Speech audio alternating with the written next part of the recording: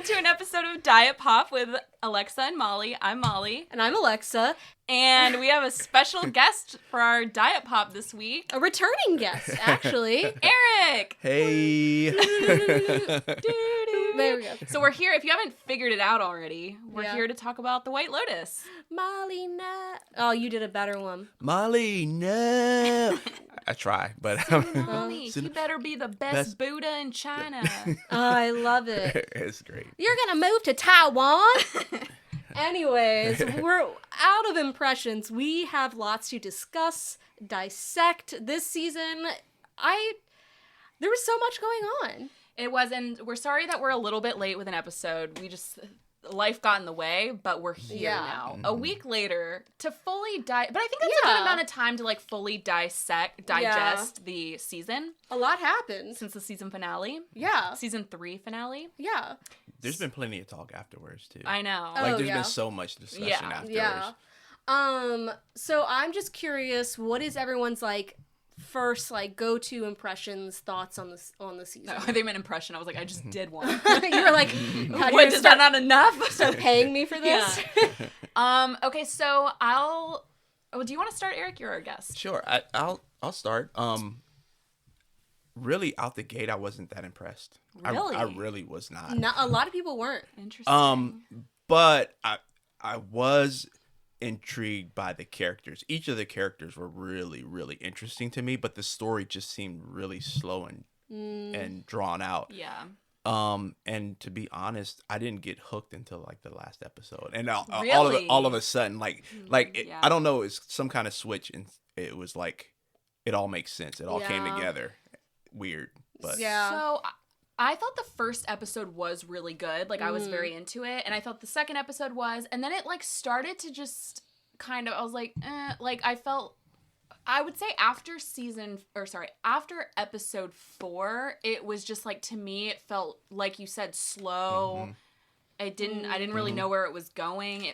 It just felt very drawn out, and they were focusing on kind of the wrong things. It just felt like nothing was happening. Right. And the interesting thing is, I think a lot of people said that, but then some people argued, like, well, if you look back at the last 2 seasons, that it was the same thing. But I didn't really feel that way. Yeah, I felt like it steadily built tension the last 2 seasons, and this one was just kind of like it. Once all is said and done, and all like 5 or 6 seasons of the White Lotus are out, I don't think this will make my like top chart. You know what I mean? It was definitely not my favorite season. I think Parker Posey, as you can tell by the impressions, I think honestly that whole family dynamic was the best. That was my part favorite of the yeah. season. Yeah, and I think that's what it was they were my favorites by far. So that whenever they showed anybody else, and even like Rick and Chelsea, who I thought like I love, we've talked about here, like. We love Walton Goggins, but like I was so bored by his storyline after a point. Yeah, I didn't care about the women. I thought I liked the women's storyline, the 3 friends. But the Ratliffs were Ratliffs. Yeah. Okay, Ratliffs were my favorites, and so when they didn't show them, that's when I was just like, I'm not interested. You know? Yeah. I think, like, it's interesting because, so I've been listening to a lot of interviews with Mike White and, like, who created the show, and it's so interesting because I was listening to, like, the official HBO podcast where they interview him after this, and he was kind of, they said in the beginning, they were like, he doesn't do a lot of interviews, and then, like, listening to the interview, I was like, I can kind of tell why. Why? Well, just, like, in that specific episode, he just kind of was, like, going off in a way that was weird, and he was talking about how people, like, the criticism that it was too slow, and he was like basically saying something where he was like, well, I don't know, like, you got into bed with me, you're in bed with me, if you don't want to be in bed with me, then get out of bed with me. And he like kept saying, and like literally the interviewer was just like, ha ha ha, anyways.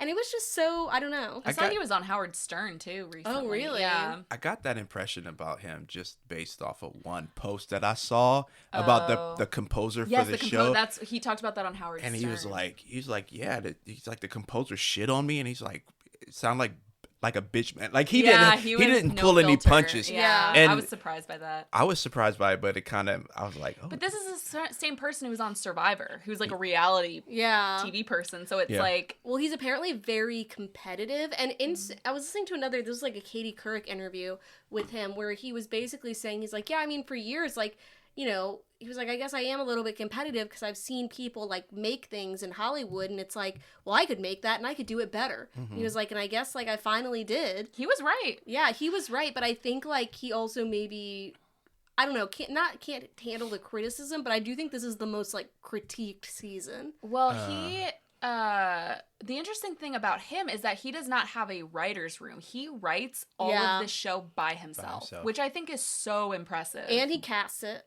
I guess But he doesn't use like a casting. To that point, though, he's probably a little more sensitive about the criticism if it's solely it's not on a him. writer's room for him to fall back on. Right. Yeah.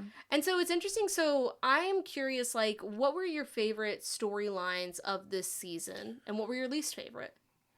Because I have my least favorite was gay talk. Which is funny because we talked about that today, but yeah.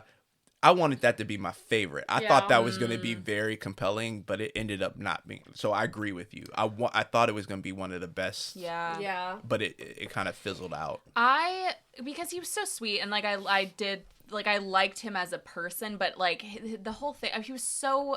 I saw people call him an insecure, like a security guard. He's an insecurity guard. Which I thought was funny. Like he just like was so bad at his job that it was almost like not even funny. You know, like. Also, it was so crazy. And I didn't like, I'm sorry, please, Lisa's fans, please don't come after me, but like, I could not stand Mook.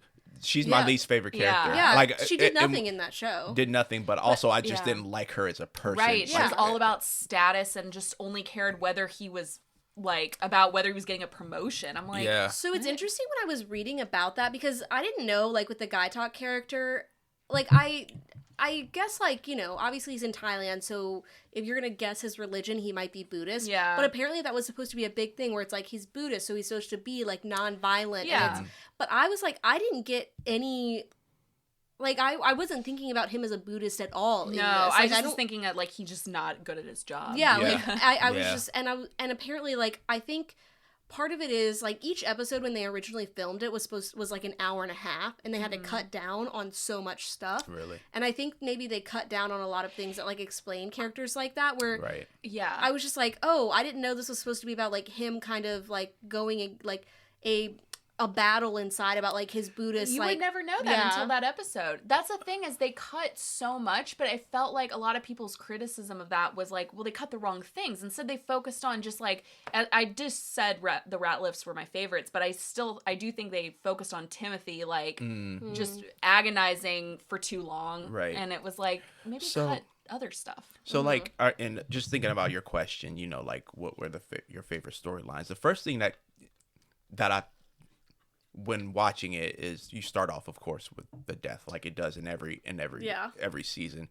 So automatically you start trying to guess who it is that was the one who died or why. And of course, I think the whole time I'm thinking it's Belinda or her son's not, you know, somehow, but it ends up not being that. But I think that's kind of where my mind went, and I started trying to figure out who out of the cast was gonna kind of get nixed. Yeah.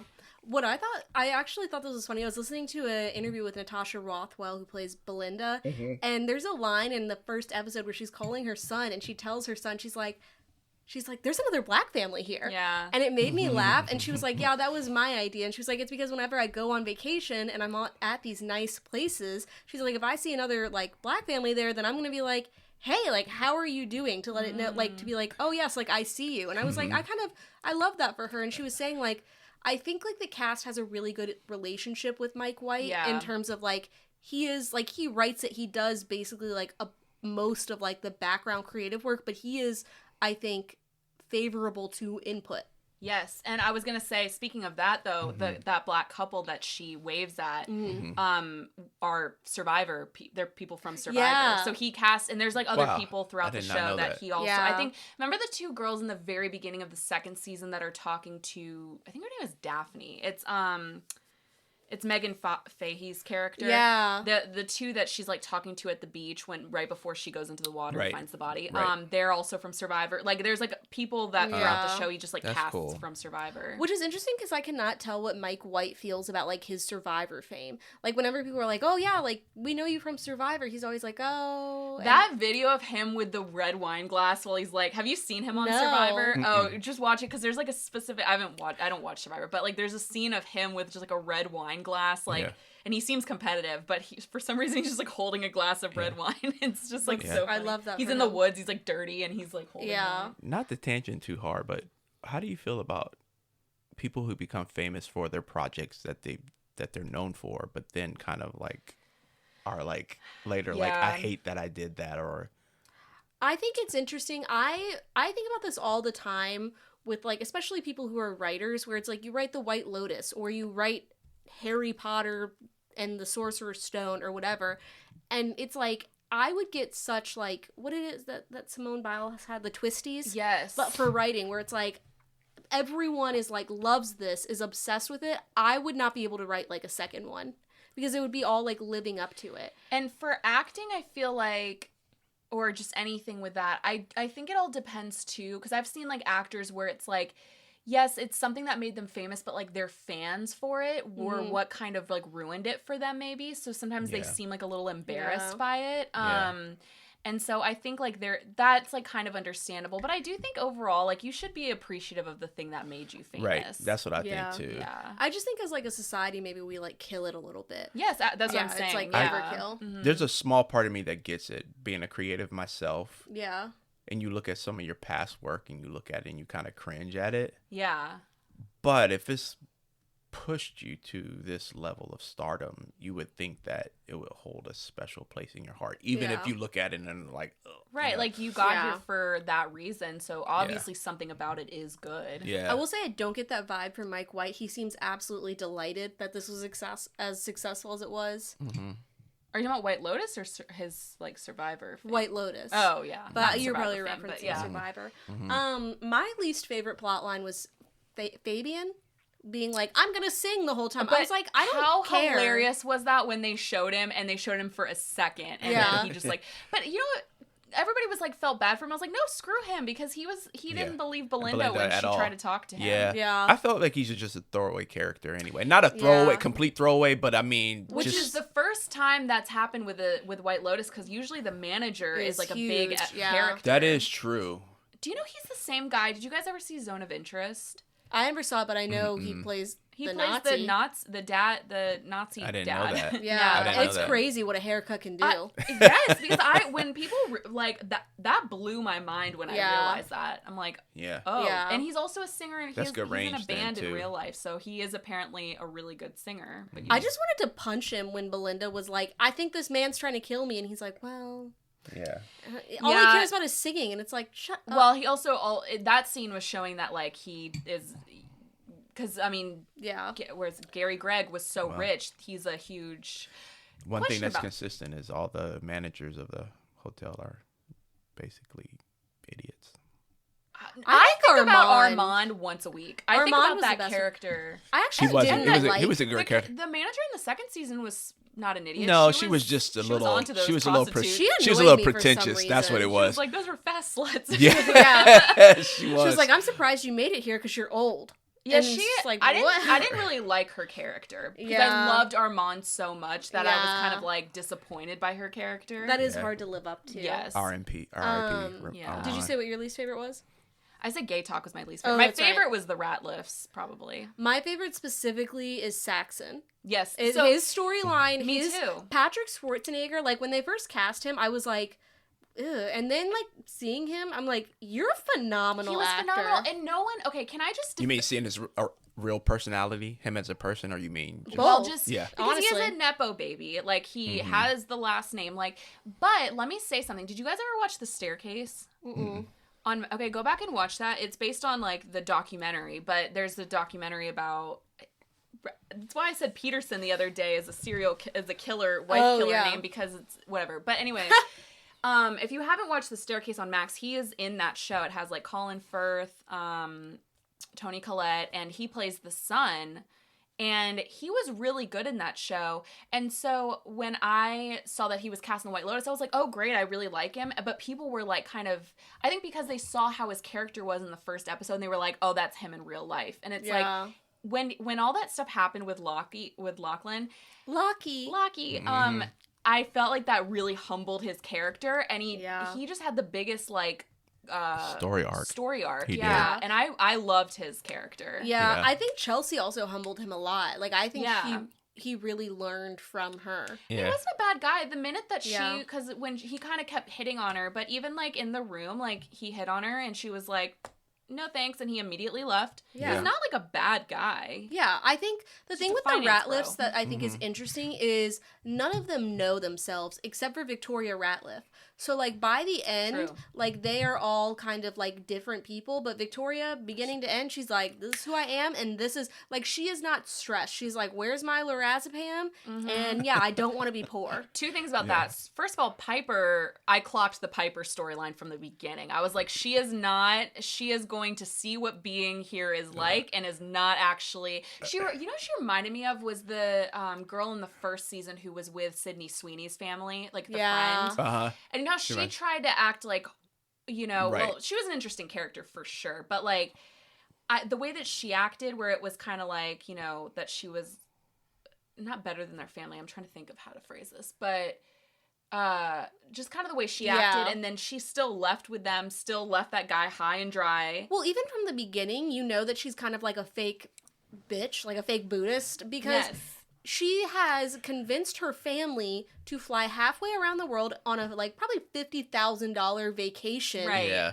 to go to go look at this Buddhist monastery that she didn't even make an appointment for or anything. Like, it's just like, you want to go and you want to be more spiritual and you want to like separate from your money, but you're spending some people's yearly salary. And what made her, like, I noticed this too when she left, when she was done talking to the Buddhist and she went out and was like looking around at everybody. She saw a bunch of like other white like young people and was like smiling, looking around at them, and it was like that's what kind of made her be like feel like at home. I think I didn't sniff it out until her and Lachlan were going back to their resort, and he was excited, gung ho. Like, Lachlan is pure, for the most part, and he was like, "Oh, I could do this."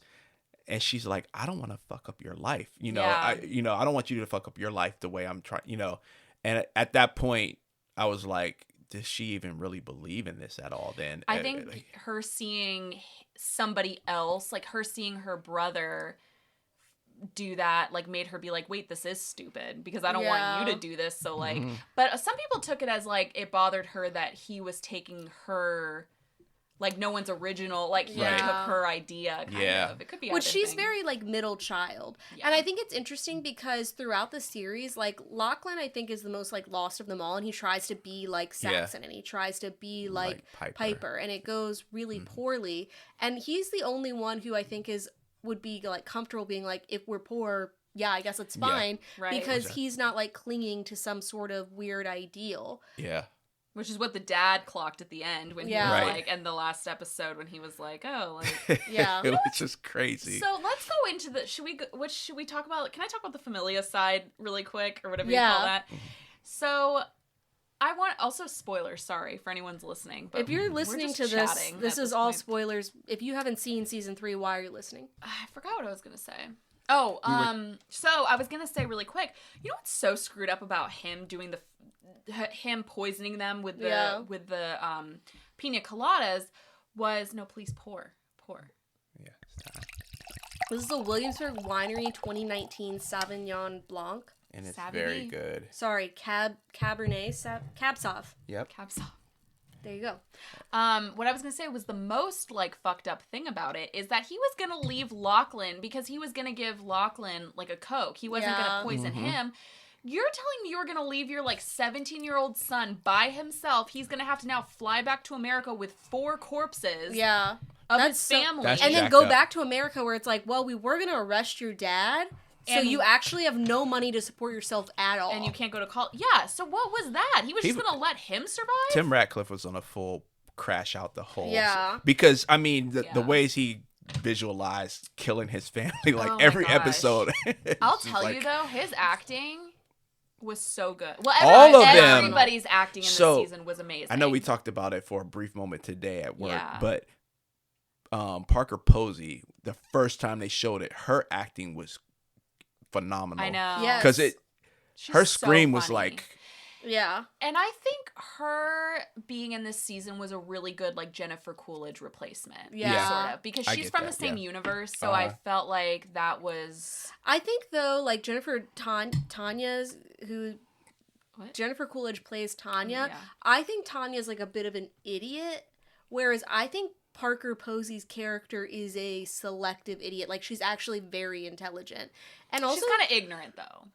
she's ignorant, What a- Yeah. but she's not stupid. what I love Yeah. about both of them is like in this setting where it's serious drama, tension, all this stuff, it brings just a little bit of comedy in. Oh, it's which a is very like funny show. right, and it's like the relief you need at the right time in these tense moments where Yes. it's just like about to go off the rails and you like need something to kind of break that tension.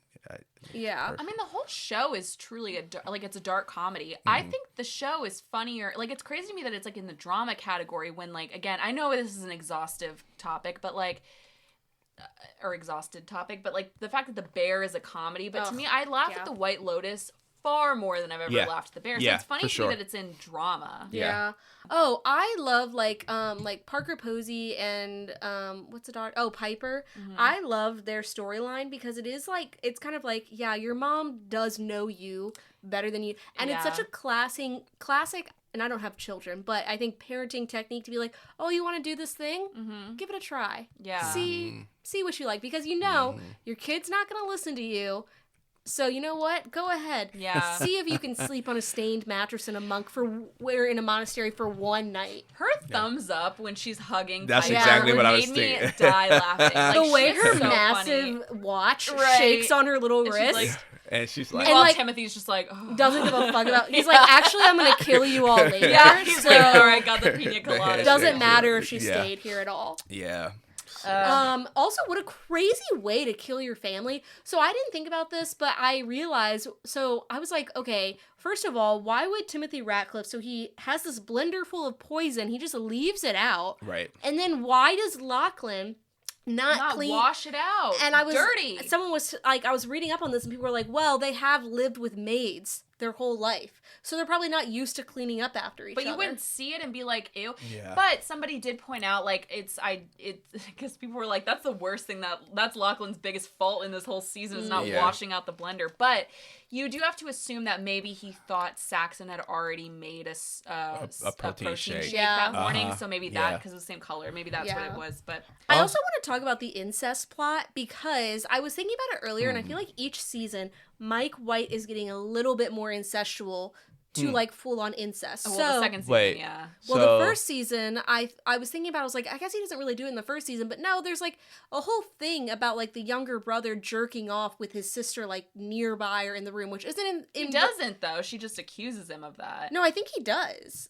Hmm. I think like he has like a porn addiction, which is why like he's so yeah. upset when his phone gets. So that's Right. like maybe like a little bit of Yeah. a sprinkle. And then in the second season, not only is it like the scene where Leo Woodall is like she's like, "Do you usually fuck your uncle?" type of thing. Wasn't his uncle, though. Yeah, but there's also like this weird thing where it's like the father and son have now slept with the same prostitute. Yeah. Which again, Yeah. not overtly incest, but a little bit closer. A little bit closer They're to inching it. now we have gotten to the third season where it's like, oh, these two brothers are like jerking each other off. And full on kiss. Yeah, And the Right. thing about which I think is interesting. Yeah. I felt like that storyline didn't go where I thought. Like, I knew from the beginning that this was an incestual family. Something weird was going on. I can't believe I'm saying this, but, like, I really expected more. Because Yeah. it was, like, I thought, like, the whole family, like, I thought, like, the sister, the whole thing was, like, Right, the interesting way- when they first say, like, oh, Lockie, you're with me. And they almost seem like they're kind of, like, fighting over who he gets to sleep with. Or Yeah. what room he sleeps in. And how Saxon was towards his sister But Piper. yes, and that the, too. the, whole all the sex thing, comments. yeah. Yeah. But then you look back. So I think that was just a comment on how Saxon just views things. But, like, I think with the room situation where it felt like they were fighting over him, I think that was more just showing that Lachlan can't, he doesn't know who he is. He's just, like, he wants to be... Can't pick sides. He can't, and, yeah, exactly. So, but again, they didn't focus enough on certain things to flesh that out. So, to me, it was like, the incest thing happened, and then it was, like, nothing. Like, you didn't see Saxon and Lachlan together for the next, like, 3 episodes. But I do think it's kind of like the turning point for Saxon, like, to be like, oh shit, like, he kind of becomes, and I said this to you guys when we were at the brewery, I was like, honestly, I got really invested in this after the incest moment, which sounds like a crazy thing to say, but I'm like, that's when I think Saxon's character really gets, like, a deeper level of, like, interesting. And his acting, to go back to Patrick Schwarzenegger, because again, I do think, like, I think he should be nominated. I think he will be nominated. I mean, I think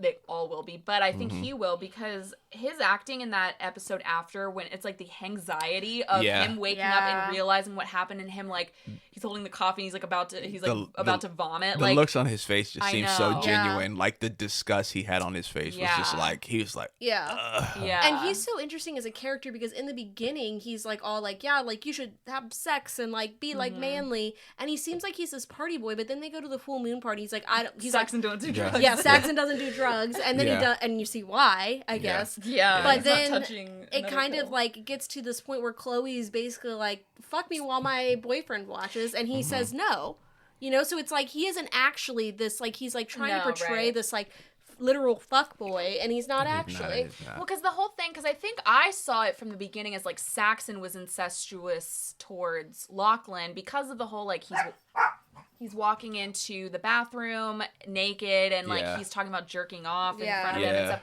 But it's just him being a big guy. Brother. Like him just being and like this toxic masculinity type thing. And it turns out that Lachlan is the little freak.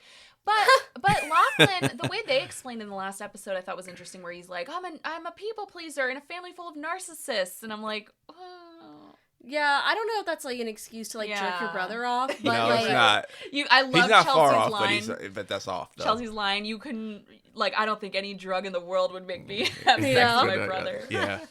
Which is funny because she's very accepting of every other like weird thing that people say in the show, but that's the one thing where she's like, but she wasn't even that judgmental. They still hung out with them. Like, I think that's it. I think that's just her way of drawing a line between herself and Saxon, because Saxon's really coming on to her hard, and she's just kind of like, when he was like, why do you hate me? I felt like kind of bad for him. Yeah. Speaking, can I just? I do have an update of, like, we talked about this on Monday, but did you see the White Lotus sketch on SNL? I didn't, but I've seen the comments about it, about Amy Lou. They made fun of her teeth, and they didn't physically make fun of anybody else. So it was like kind of a whole thing, and she was really offended by it. But she posted today on her Instagram, she's really just airing it all out. But she posted on her Instagram that Sarah Sherman sent her flowers. She played her in the sketch, so she like sent her flowers. I was like, that's nice. That's nice. Can we talk about that a little bit? Yeah. About what? Just about that skit. Yeah. I appreciate the fact that she did stand up for herself. Yeah. I think it was, because I actually have follow-up things to say about this. I feel like it's a great opportunity to talk about stuff like this, because first of all, I think she's very attractive. I think she's she's pretty, in spite of, you know, what people consider, you know, whatever beauty standards. Yeah. I think her teeth are charming for her. Right. Yeah, they're very British. And I mean, of course, people look at her and they automatically think she's sexy, whatever.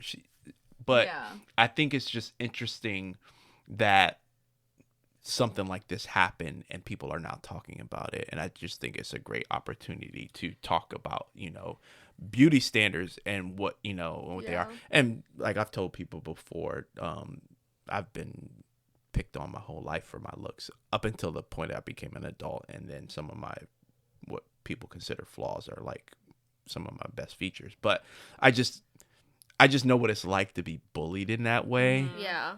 You know, for something that you know, it's just a like natural. You're just born like I'm just, that. I'm just living. And we then talked. No, sorry, I fully cut No, you no, off. go. No. I was just saying, in the last episode we talked about, like, she is self-conscious about it because she has said, like, I guess, like, HBO didn't want to cast her originally, but Mike White, like, fought for her to be in it, and she was like, it's just hard because I know, like, the reason they didn't want to cast me was because, like, she's like, I can't help but think it's because I'm, like, they think I'm ugly.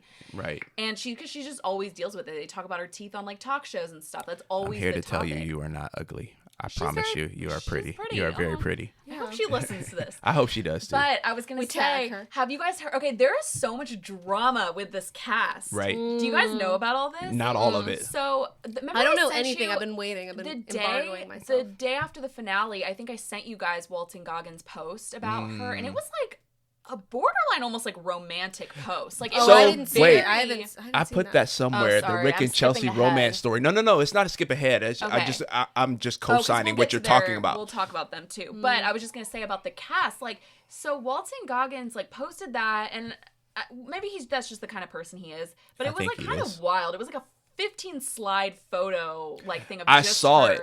He's married, right? Oh, he is. I didn't Yes, realize he's he was married. And it was like very like people kind of had they were like, oh my gosh, like what's going on there? Yeah.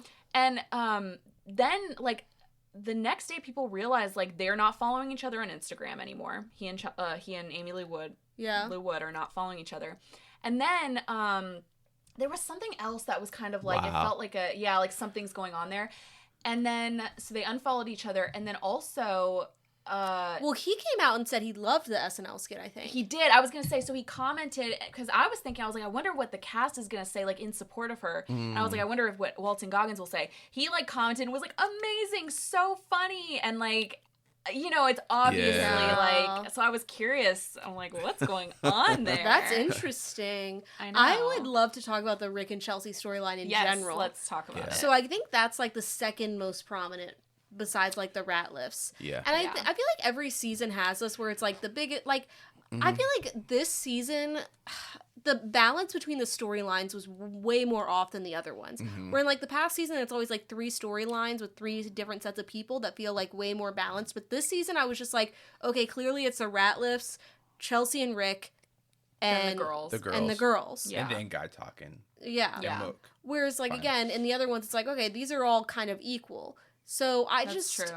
I honestly, like, Rick's whole storyline, their whole relationship was, I loved Chelsea, but I was just like, one, why are these people together? Like, with the group of friends, they gave, like, a background of, like, why they were all friends, and, like, you get background on, like, the other, like, the family, too. Yeah, I would have liked to have known why they But got you know together. what Yeah. though? It felt realistic to me. Really? I feel like I see couples like this all the time where where it's 'Cause almost I like a mismatch. And I thought they were But- actually cute. Like, yeah, like opposites attract. I Yeah. actually thought they were in some points cute. Like, I thought their relationship, I could see where it was like they first got together. He seems like he really does love her. Like, Yeah. I could tell he does. He just couldn't get out of his own way. Yeah.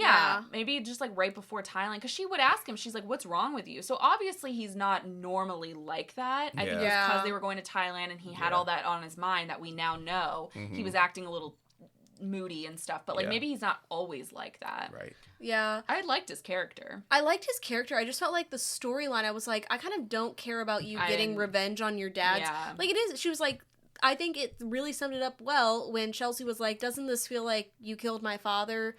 Prepare to die. And I was like, yeah, it does. Like, I don't, what? It's Yeah. so strange. And then the whole thing where it's like, oh, the guy who owns the hotel was his father. Which people guessed from the beginning. So like when it was Yeah. when it was revealed, it just didn't. It felt like cheesy. It kind of fell Yeah. flat. Especially Felt with Star it. Wars. Well, especially with the dad's reaction to Rick at the restaurant. Like instead of coming clean and being like, "Hey, I'm your dad. I fucked up." Sorry. Instead, he's like, "Your mother was a slut." I'm Yeah, like, like, why not like- start? Maybe don't lead with that. Yeah. Because the way he acted, that was also like very unrealistic to me. Because the way he acted at the house was so different than how he acted at the restaurant. He was like confrontational and Yeah. like mean. Yeah. Why didn't he stand up to him at the house? You right. And Also, sorry, go ahead. no, I'm just affirming what Molly was saying. Can I say how crazy it is for Rick to go to the owner of the hotel's house, beat Don't even him, get me threaten his life, and then Then- go to the hotel breakfast the next I day? know. Right, Get out of my. right. Don't have my continental breakfast. Yes, like that is so. And to just be Also- like, That was everything's that was great. bonkers. Don't get me wrong. I loved the Sam Rockwell storyline. Loved it. But like I loved that he was in it. But the fact that the two of these bozos showed up to the house with no plan. They hadn't watched her movies. They didn't know her movies. Right. Nope. Sri Lata was her name. Yeah. Sri Lata. Sri Or something. Yeah. Something like that.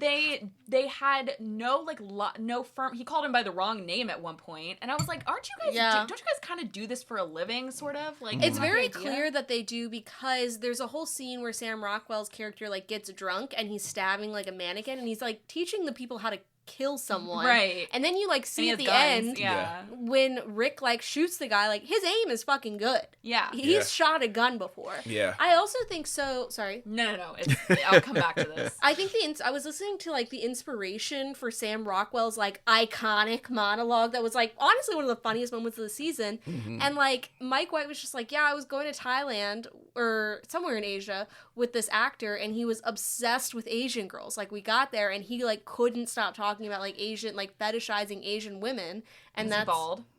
He wouldn't say any like identifying details about the guy, but he was like, and so I was just like, okay, like that's, what if we put that in this season? But I think that is the idea with Thailand, and they obviously touch on this, but like that is kind of the whole thing is like these, like it's like a lot of old white men, probably I guess balding white men, like have this like Asian girl fetish. They alluded to that a lot during the show too.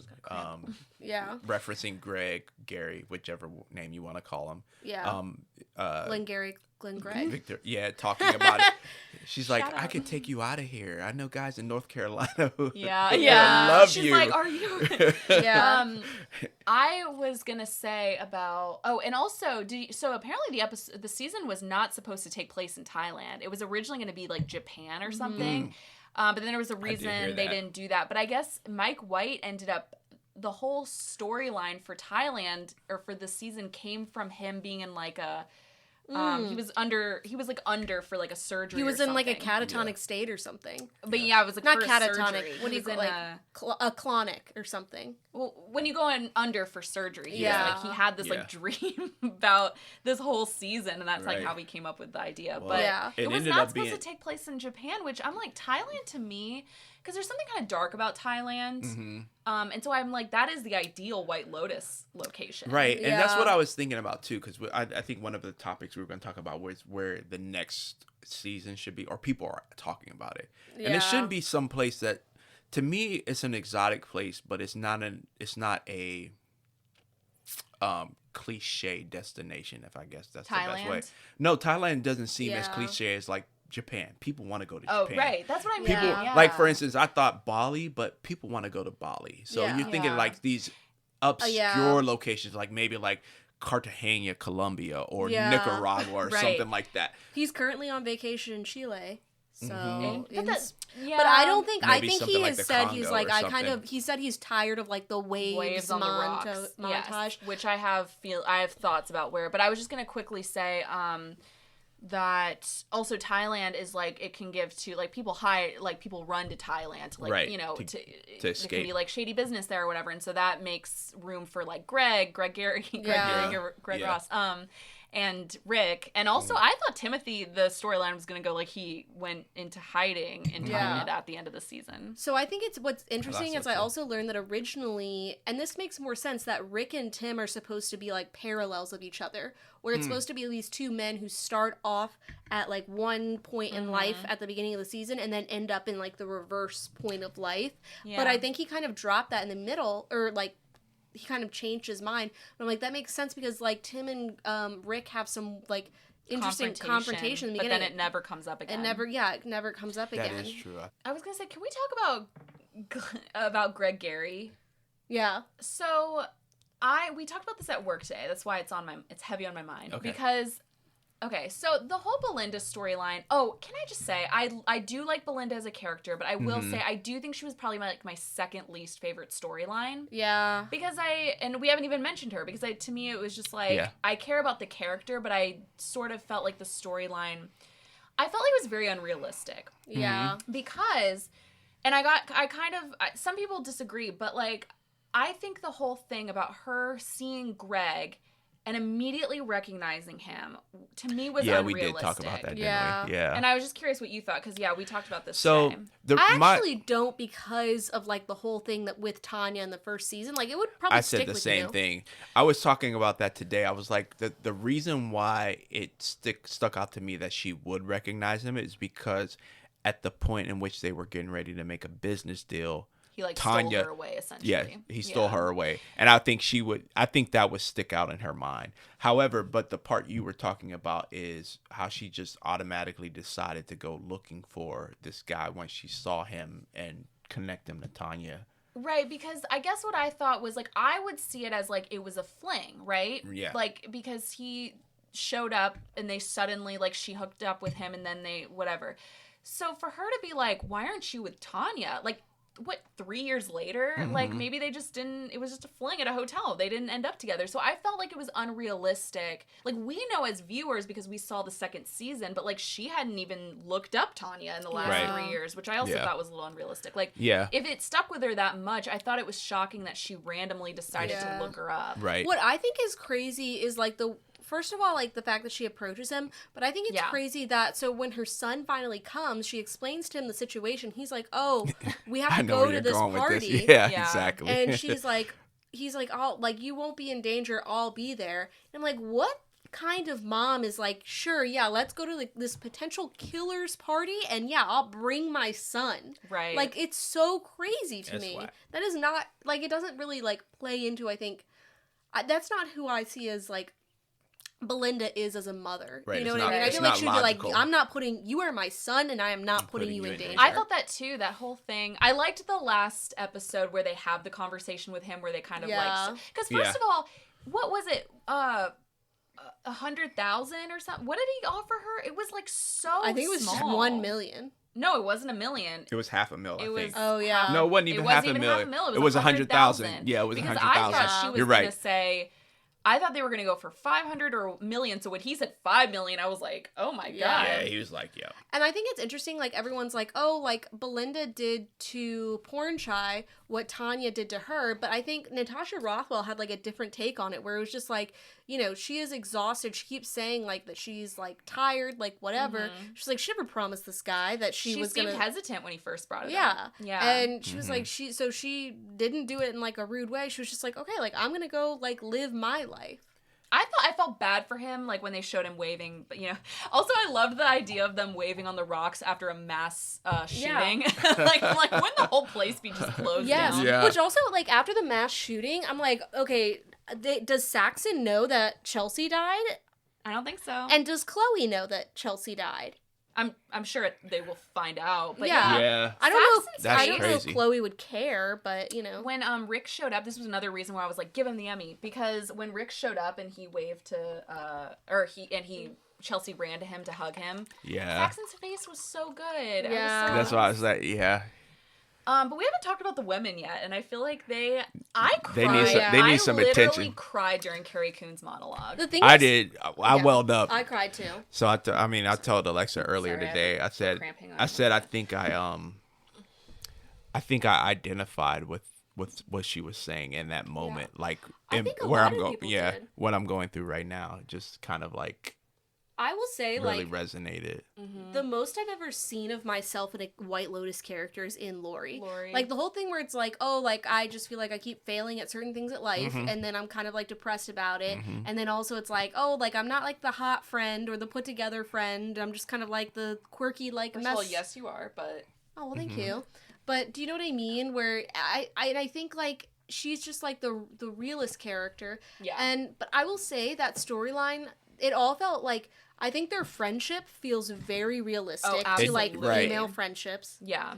Well, I But wouldn't know. I'm not a female. It but- also was like, it didn't really feel like it had, like, that much of a, not resolution, but it was just kind of like a low stakes thing towards the end. Right. So it's funny you said that too, because I was going to ask before Molly said we need to put some attention on them. How did y'all feel about the whole Valentine thing and that drama that built around Oh, I think that? It was messed up of Michelle Monaghan's Yeah. character. Yeah. I think Lori was right to be like, she always does this, like, this is Yeah. crazy. Like, it's messed up for two reasons. One, she's cheating on her husband, who she keeps asserting that she, like, loves. We have sex all the time. Like we are great. It's like her young boyfriend. I don't think they're even married. No, they are married. They just got married. Okay. And two, like because of how she was pushing him on Lori this whole time. Which she knew. There is something that reminds me of, like, we've talked about this with other people, of like somebody wanting what other people have. So there's something really weird about that. Well, I think it's like the competition of friends, I think is really what he's getting at, where it's just like, I have a nice place. Well, I have a great relationship. And even like when they're like, oh yeah, he said like I have like the, I don't know, whatever like health scores. And she's like, all I do is eat chicken. And do you notice every time they bring up like they're old, like I think about when they're in the pool, that scene with the pool, which cracked me up. But like when they're in the pool and Michelle Monaghan's like kind of slowly like falling asleep or whatever, and somebody, you know, I think her name was Kate. I swear I don't know this girl's name. Kate is the friend, the Trump follower. Yes. So she goes like, we're old or whatever, and she wakes up to be like, no, we're not old. Like her big thing was like, I'm not old. Like because she's an actress, and when she being old as a female actress is like a death sentence. And when she's at the club dancing on the guys and those girls are watching her, she's like, oh, I mixed up. Kate is the other friend. No, Kate is the Trump. Oh, okay. Yeah. But I forgot where I was going with that. But yeah, she knew what she was doing. That she just got called out on it. Yeah. I just think Lori's speech at the end, though, really, again, like, I think it's the most realistic storyline, and I think it's the most realistic, like, wrap up to a storyline. 100%, because it is not that easy with friendships. Like, it's not just that black and white. Like, they had that, they have their... like 35 years of history. Right. And what I like about them too is that they don't all have the exact same interests. They are each diverse in their own way. But somehow they've been together forever since high school, but they've gone different pathways, and that happens for real in real friendships. And they're like I love yous to each other. Yeah. Apparently that was like was improv. Yeah, I thought that was dope too. I was very emotional over that. Like it just it was really emotional. But the last scene, sorry, really quick, I was just gonna say like it was sort of still like I noticed, because one thing I noticed throughout the season is Jacqueline, is that her name? Yeah, I think she's always in the middle. Because the attention's always on her, and so when she's in the middle, that's when she's thriving. But when she's on the end, like I know, like that's when she's like, I don't know if that was intentional, but it's just something I noticed. It's when she's like, you know, kind of maybe more has an edge or whatever at the very end of the season, because she's obviously traumatized by the shooting, as they probably all three should have been. But for some reason, she was more maybe because she was like, kind of had more of a connection, I guess, with the whatever. They're like comforting her, and the last scene you see of them is Kate like kind of looking off. It's like they're back to where they were. So it's just gonna be like a cycle with them. I only laughed at that because they keep memeing the way Lori ran. Oh yeah, she ran so York, fast. So she ran. The way I also love like funny. The scene after she sleeps with that guy, and when she's like dangling out the window, the way people memed it. Going back to work on Monday. Yes, my two favorite memes for this season was that, and then the "Call Me by Our Same Last Name" that someone tweeted of like the two brothers. Yes, that was funny. Well, first of all, that girl saved Lori's ass though, even though she was whacking her. She's kind of saved her life, because I was worried about her. Yeah, like how do you like that's so uncomfortable. But also, so I was gonna say, I think Mike White really captured female relationships really well in that, like, so he basically saw like this group of like blonde women where it was like they were all together, and one would leave and they would talk about the other, and then they would come back and the other would leave and they would and but the thing is, like, I think from a male perspective, you just be like, wow, these girls are bitches to each other. And sometimes like it's hard to explain. Like sometimes like it'll be like you're like kind of, I don't know, I don't want to say like talking shit, but you're just like girls chat. Girls are yapping, and sometimes you're yapping about people, but like Chris will be like, why are you friends with them? It doesn't sound like you like them. And I'm like, I love them. Yeah. Well, you know? That's good introspective. Because, I thought the same thing. I was like, what? Why are they even friends? I'm watching it thinking to myself, why are they even... And to me, like, I don't think, like, I think it's a little bit of an exaggeration, but I'm just like, I don't know, this feels pretty accurate to, like, it's a group of 3 friends. I know. Yeah. I think, especially because, it happened... Because at first I was like, Kate is the blonde was the one who was sort of seemed to, because they wrote it, or he wrote it so well too, where it's like he did. It starts off like they're just talking, and then it goes into that territory of like talking shit, but it's not quite. And it almost, it starts off with Lori being the outsider too. Yes. So you're like, oh damn. I'm like, how does she even fit in? It seemed like Kate and Jackie have more in common than she did. And it seemed like it was just gonna go a certain direction. Right. But then you Then find it's out like, that she's well, just like damn. that too. Yeah. But I think it all goes back to like the idea of this friendship where like Jacqueline says at the end, she's like, you know, people can like judge me for my like physical faults, but you all like judge me for my like actual faults or whatever. And I think that is like very much important, and like the standard that I think female friendships hold each other to. And I also think that Mike White really captured like the competition that happens within female friendships, where it is like, yeah, like, okay, we're talking shit because it's like, it's also a reflection of my own insecurities, where it's like me saying like, okay, like talking about your marriage with so-and-so makes me feel better about like my failed marriage. And I think it's like, that is just how like, I think it's culturally ingrained into women to be like, I have to like tear this person down, even though I love them, they're my oldest friend, a little bit to like make myself feel better. Interesting. And I want to say like, I'm not saying this as like, I'm not some like bitch out here like talking shit about people all the time. I've just like noticed it also like just amongst like friends. Like that's just what you do. And like, I'm sure like my friends like talk shit about me or like say like they have judgments about me, and like that's fine, because that's what like I think female friendships do, is like you hold each other to like this higher standard, and you really like see each other, which is better than some fake relationships where it's like friendship where it's just like, yeah, you're perfect and everything's great, you know? I've always said, I'm like, I hope my friends talk shit about me. Vent about me if you need to. Yeah. Just don't say it to my face. Yeah. Because I loved Kate, and I'm not saying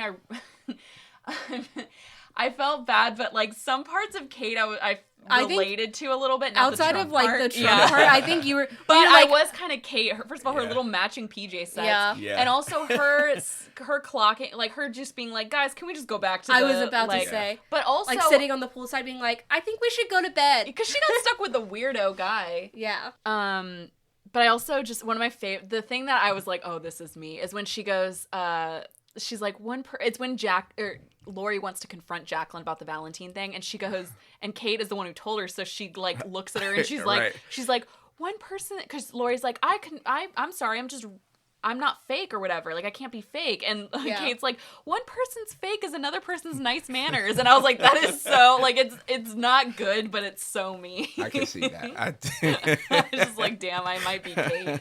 And the thing is, like, I could see why Kate would just be like, oh, like, yeah, we're just like chatting, we're just doing whatever. And then she's like, come on, why did you... Well, people were like, Kate knew what she was doing, and I was like, I actually don't think she did. I don't think anyone realized the Valentine thing except Lori. I think she was just doing what she thought they were doing the whole time. Exactly. But I think, like, I think that last monologue really touched a lot of people, because I do think it's very accurate. Like, I think it really brought that group of characters, like, maybe not full circle, like still again, like I was like, okay, this is kind of like a tertiary story, you know, whereas I was just like, the stakes feel pretty low and the boiling points also kind of feel low, you know? Yeah. So when she started the monologue, I was like, oh, this is about to go left, because the way she started, she was like, I'm having a terrible week. I know, she's like, that's funny, I've had a terrible time. But she's finally honest. Yeah, she's finally honest, and it's just like... It ended up being wholesome, kind of. It did, and I was like... Not wholesome, but... So, that's one of the things that made the final episode one of my favorites, is just that. Yeah. That episode has so much tension in it that a lot of the other ones... Like, I'm like... I felt like I was choking the whole time watching it, just trying to gasp for air. Because it was just really thick. But, you know, to go back to Rick and Chelsea really quick, like, I did think it was a good episode, but I was also kind of like, yes, I'm arguing with myself now. Because I said, yes, I think they're a good couple. Like, I think he genuinely cares about her. But I was like, if you really cared about her, though, you wouldn't have not put her in that situation. Yeah. You wouldn't have brought her to Thailand with you. He was really selfish in that moment. He was. Well, the whole time he's selfish. So, like... Yes. He's... I think he just has so much, like, it was an impulse thing. Like, he couldn't physically control himself. Well, also, he was good at the beginning of the episode, because he thought, all right, sucks. He's like, you know what? I put this behind me. And Like- then he ran into him at the And he the had breakfast. to say that, yeah. Yeah. Also, I just want to say I called it. I was like, I think I've said like You for did. multiple episodes, I think Chelsea's gonna die, and it's because one, she's almost died like twice. The rule Yes, of three or the whatever. rule of three, and also it's like it's usually like a beloved character that Yeah. dies. No, it's not. Not in that show, though. It's not, because it's like the first season. Well, Armand was beloved, but he wasn't wholesome. Like, Yeah. I feel like it's usually, actually what it is usually in the show, it's like a comedic death. There was like almost a Yeah. comedic element to it. So I think a Uh-huh. lot of people, there was a theory that the monkeys got a hold of the gun, which I thought, people I who heard thought that people were say that, idiots. yeah. I'm sorry. If you really thought that, like, I question your intelligence, Yeah. because that's So- so stupid. But it's usually a comedic thing. Mm-hmm. So the deaths, and Lachlan almost died, were not funny at all. Right. Like, I was No. like, oh, Yeah. this is real. So Yeah. I remember you called it, I think after episode 6. At least that's when you told me. Probably. And it was before Amor Fati. Yeah. I think that's the name of the episode 7. Yeah. But that's when I was like confirmed. Yeah. Because of the statements that Chelsea says at the Yeah. table Right. when they're at dinner, and she's like, whatever happens to you happens to me.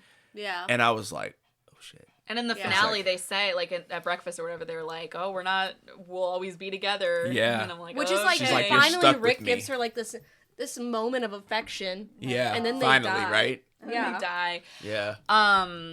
How did you feel about, like, the Lachlan thing, though? Because he was the one I originally thought was gonna die, because his title card, like, for his name said it showed like a The body guy- in water. water. Yeah. So I was like, oh, it's him. But they showed him submerged. Like, Yeah. he definitely had a water theme Yeah. to Yeah. the story. But I'm also curious, like, I want to talk about some of the things that Mike White ended up cutting. So, two things that I found interesting. The biggest thing was that Piper originally, Yeah. like, and they even filmed this, was supposed to have this whole, like, storyline where she starts out as a virgin and then she sleeps with Belinda's son. Oh. Yeah, like wow. she's just like, Zion. okay, like, yeah. She's like, I've just got to prove to my brother, like, I've just got to have sex. I've just got to do it, like, get over Yeah. with. And then, like, she's supposed to be, like, at the end, she's on the boat and she's just kind of, like, satisfied, like, wow, like, I had, like, that great, like, sex thing. Which probably, they did show the three of them again Yeah. together. Yeah. And she kind of did look like that. But I don't think that would have fit into the story very well. And that's I'm what glad he they said. left that out, too. Yeah. And then the other thing that I thought was interesting was he cut out, like, there was supposed to be this whole thing about Laurie's character having a non-binary child. Yes. And he ended up cutting it out because he just was like, this is kind of a big topic to just, like, have casually thrown into this Right. scene. They do make mention of it when they're like, and your daughter seems so cool. Like, Yeah. they kind of make mention of got it. it. Yeah. Because I think they recorded those scenes and then just end up cutting them. Yeah. Because even in that last scene where, like, Piper goes up to Saxon's like, what are you reading? And apparently, like, she was reading some other book that was Something supposed similar. to be, yeah, supposed to be, like, an allusion to her, like, having had sex or something like that. Well, what do you guys think about, do you remember in the first couple episodes, I think it was like episode 2 or something, when Kate walks up to Victoria and is like, don't I know you? And they have that whole thing where, like, Oh, she's yeah. barely, Yeah. she's like out, Lorazepammed out or whatever, and Mm-hmm. she's like, it's like a super weird scene because it doesn't come up again. Right. And so I'm wondering if there was something Yeah. to that as well. I think there Yeah. was. I think there's a lot of things that were just like, that was kind of weird. And it's because Anyway, it doesn't yeah. get built And then it had out. no other Yeah. interaction at all. That's why I feel like it was like a lot of scenes. It was like almost too many scenes of just like gay talk and like Timothy like agonizing over things, and it was like Yeah. maybe we could have had a little more room for Yeah. other scenes. Yeah. Yeah. Yeah. I just think that's interesting. I did but too. Yeah. You said you had other things to talk about with the behind the scenes drama, so I'm curious. So Jason Isaacs, who plays Tim. Tim, yeah. He is like a yapper, first of all. He is a gossipy Oh, yeah. little yapper. Like, he has been just everywhere, to every outlet, just talking about their experience. You know, first of all, they took 7 months to film this show, Yeah. this season. So whenever they film the seasons, they actually stay at the hotel. They rent out the So- whole Yeah. hotel. What is the typical time period for them to film? Not 7 months. I don't know about White Lotus in general, What, but like 3? when I heard I'm 7 assuming. months for 3, for 4. 8 episodes, I was like, that's a long time to Yeah. film something. Really? That's not I even didn't- they don't take that long for a movie. Really? I feel like they do. Or actually, a movie would be shorter. But 7 months for a season of something? I Yeah. think normally it would probably take like maybe 3 months or something. And that was one of the questions I was going to ask you guys was like, how do you think like it plays into them having like to be forced to live together? Yeah, and I was going to say, so that's what I'm getting into is like. So even talking about the Rick and Chelsea, Walton Goggins and Amy Lou Wood, and the fact that they're not following each other. Right. There's something. Whatever. Something may have happened with that. I don't know. But Jason Isaacs has been saying that like they filmed for 7 months in Thailand, so they were all going a little crazy. It was really hot. They were all just like in one hotel together, only around each other.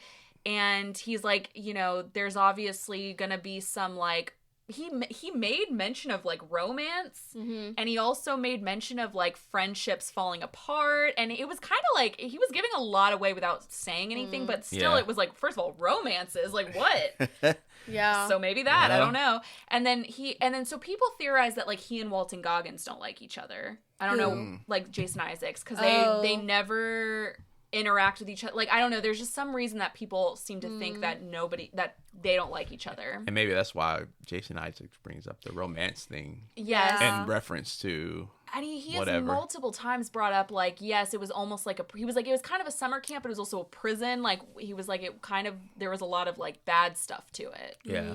But then he came out, this is why it makes me laugh, though, because he came out the other day, because obviously people are talking about his comments, and he goes, I don't know why people are talking about it, like, people don't know. And it's like, imagine bringing up the messy drama, and you're the one who brought it up in the first place, and now you're trying to, like, it's just like funny. there's gonna be, it's basically like just getting a bunch of college kids in a dorm together. Like, It there's is. gonna be like drama if you make people live together. Together. And especially, so that's then one thing that I closed. thought And they're was, actors. yes, Yeah. they're actors. That I thought was interesting about this season is I love hearing about like them filming on location in Thailand, because one thing about Thailand is that it is hot. And if you've ever watched like anything. yes, if you ever watched anything about like heat will it'll make you kind of lose he will it. make you kind of lose it to the point where I think Parker Posey said that while she's filming scenes, she's like, I literally have bags of ice in between my thighs, like under my armpits or whatever. Yeah. And Walton Goggins, like, looks like he's, like, Hot. just all the hot, time. yeah. Like, yeah, the way, he's yeah. sweating. Like, it is. Yes. They were like, it is. I forget the way she described it, but she's like, it is like Texas in the summer, and then you turn it up times 10. And keep in mind, filming for 7 months. So Carrie Coon said this, apparently. My mom was telling me that she heard this in a podcast, that Carrie Coon was saying, like, they're there for 7 months, but they can't look like they've been there for 7 months. So they can't be outside, really, because she has to look pale. Yeah. Yeah. Like, I was telling you that because she's also filming The Gilded Age. So basically, they've been cooped Yeah. up inside Yeah. their rooms for Kind the most of, part like, because Yeah, or they have to wear, Yeah. like, long, because they can't be tan. Well, Yeah, she was like, Unless until it's 4:30 we overcast there stay all the inside, 4:30 p.m. And she was like, if we go swimming, we have to cover all of our... That's crazy. Yeah. that is crazy. So there's just, it seems like there was like a lot of drama. But you know what I thought was kind of nice? So Sam Rockwell, I don't know if you know, but he's married to, or at least in a relationship with Leslie Bibb. They're who plays married. Kate. Oh, they're married. Yeah. They've been together for like years, and they have a thing, and it's, I think there was kind of a theory that he was going to be the like, he was going to be in the season, because like they have a thing where they don't spend more than 3 weeks apart. Yeah. Interesting. So he came out, and he's also like, they're all he's friends with Walton Goggins, like they're all friends with each Yeah. other. So Right. I thought it was kind of cute that they like were in it together. But Woody Harrelson was supposed to be Walton Goggins' character. Yeah. Yeah. You know what my theory is? What? He declined because the salaries for everyone was $40,000 an episode. Like, Everybody got paid the same amount of money. yes. Yeah. Which I I like. I like. I that. like that too. I think it's very transparent. It's you know, but I don't know that. And I'm not judging Woody Harrelson. I don't know him like that, but I would imagine that maybe he thought, I'm not doing that for that. He actually seems like the person Yeah. who would be fine with that. He kind of seems like Yeah. because he takes a lot of jobs. He's He in would- so many things. Yeah. He would be interesting in that role, though. Like, I think it ended up working well. I don't know if I would like it. So he as was much. supposed to be Walton Goggins' character, and then he couldn't do that. So he ended up he was supposed to be Sam Rockwell's character, and then he couldn't do that. He was going on vacation with his family or something. Right, that's what I heard. So I was like, just take him to Thailand. I was just wondering if it was Yeah. like an excuse because he Yeah. didn't want to. Could be. I mean, Because he didn't want it. could be Yeah. right. Yeah. So I think Mike White does most if not all of the casting, and he does make everyone audition. Yeah. And I think it was actually sweet. So there's two things about like Patrick Schwarzenegger that I was like, okay, I kind of like you now. One, like he shared the video of when he like told his family that he got the role, and it was My mom got emotional telling me that. Yeah. Like, she was kind of crying. I was like, where they she were like, loves Maria Shriver. he like took they're all at dinner and they're like, well, like he's like, I can't tell you, and they're like, just tell us, and then he does, and they're all like crying, and he's got tears in his eyes. But my favorite thing is I was hearing this thing recently where his wife was like, you know, because they sign like basically NDAs, they can't tell you anything about the season. And his wife was like, well, like who do you hook up with? Like who, like do you die? And he's like, I can't tell you. And she's like, well, who do you hook up with? And then she watches it and she's like, oh, you hook up with your brother? So it's his, yeah. Yeah. And what's funny is, so like I think a lot of people also started out not liking Patrick Schwarzenegger because they were like, because he shared that video and he was like, you know, it was so emotional, whatever. And people were like, when you're a Nepo baby, you've already got a foot in the door. That's just a fact. Like, you do. Especially because he uses his last name. Like, you know, he doesn't try to hide it or anything. But, like, That's I think the thing respectable. is, though, they shared, I've only seen him in two things. He said he's gotten rejected so many times. Like he hasn't really gotten a lot of roles, and he also actively takes acting classes, which I was like, I like hearing that. I think he did well. I think he's really good. I really do. And you know what? And here's the thing. His dad's not really an actor. No, he's a movie star. So I think he may have gotten rejected a lot of times based on his last name, but the fact that he's willing to put his last name out there, to me, that's respectable. He's I'm owning it. Look, if you know, I'm trying to gain roles based on merit, not on my last name, because my dad's not known for whatever. But I kind of love him after this. I was like, I want to see him in more. He was and this great. is a serious role. I mean, if you're not a great actor, I don't think that, Nepo baby aside, I don't think you would get picked for a role like this unless you were actually really good. Sometimes it's clear. I'm like, there's times like, for example, Dakota Johnson. I love Dakota Johnson, but I'm like, I don't think she's a great actor. Like, I just don't. But and so that's like very clearly to me like a Nepo baby. But like, I love her, but she's not. But like, I think with him, I was just like, I was really impressed by his acting this season. Me too. So I think the Emmys will be interesting this year because there's so many great shows right now. We were talking about The Pit, like whatever. But like, I think this cast will all be nominated. I'm curious though. You have to pick one person from this cast who's getting nominated. Carrie Coon. That's what I would say after the monologue. That's who I would pick, just because it's a standout. Absolutely. I think Jason Isaacs though was really good. He was really good. I mean, even Parker Posey was good. I mean, comedic. Yeah, she was. I mean, but I mean, Walton she Goggins did bring the. Will be too. Yeah. I think they've all done. I don't think Walton Goggins would get nominated for. I feel like this whole season he was just sitting there like. I think he will. I think he's in his moment. Yeah. Like he can't do any wrong right now. Like he's like one of my favorite. Like I will watch things just knowing that he's in it at this point. I feel really happy with myself too because I've like truly loved him for a long time. I don't mean to be like before anyone, but like before people really cared about him. Like I remember seeing him in like The Hateful Eight and being like, this guy is so good, but like he wasn't really a name yet. And then once he kind of blew up, I was like, I'm glad he's blowing up. I'm glad people see him for this. I think Tarantino did help with that. Because, and to your point, Molly, I don't think I really took notice of him until Righteous Gemstones. And then I just start seeing him pop up everywhere. And I'm like, oh. And I rewatched Django not too long ago and saw that he was in it. He's good in that too. He is. And I'm like, oh. I'm like, every role he plays, I like him in. He always stands out. There's like something about him. Righteous Gemstones, like I've always talked about this, but I'm like, he should be nominated for Emmys for that show. I don't know why he's not. He got nominated for Fallout, and I was like, okay. Yeah. Oh, that's right. I forgot he was in Fallout. Like that's not even like my the role that I think. I didn't even really like that show. I love Fallout, but yeah. I also am curious. I was thinking about like the different themes this season, or just in the White Lotus in general, and I realized I think one thing that Mike White, might be fascinated with is like the realization of your parents as people.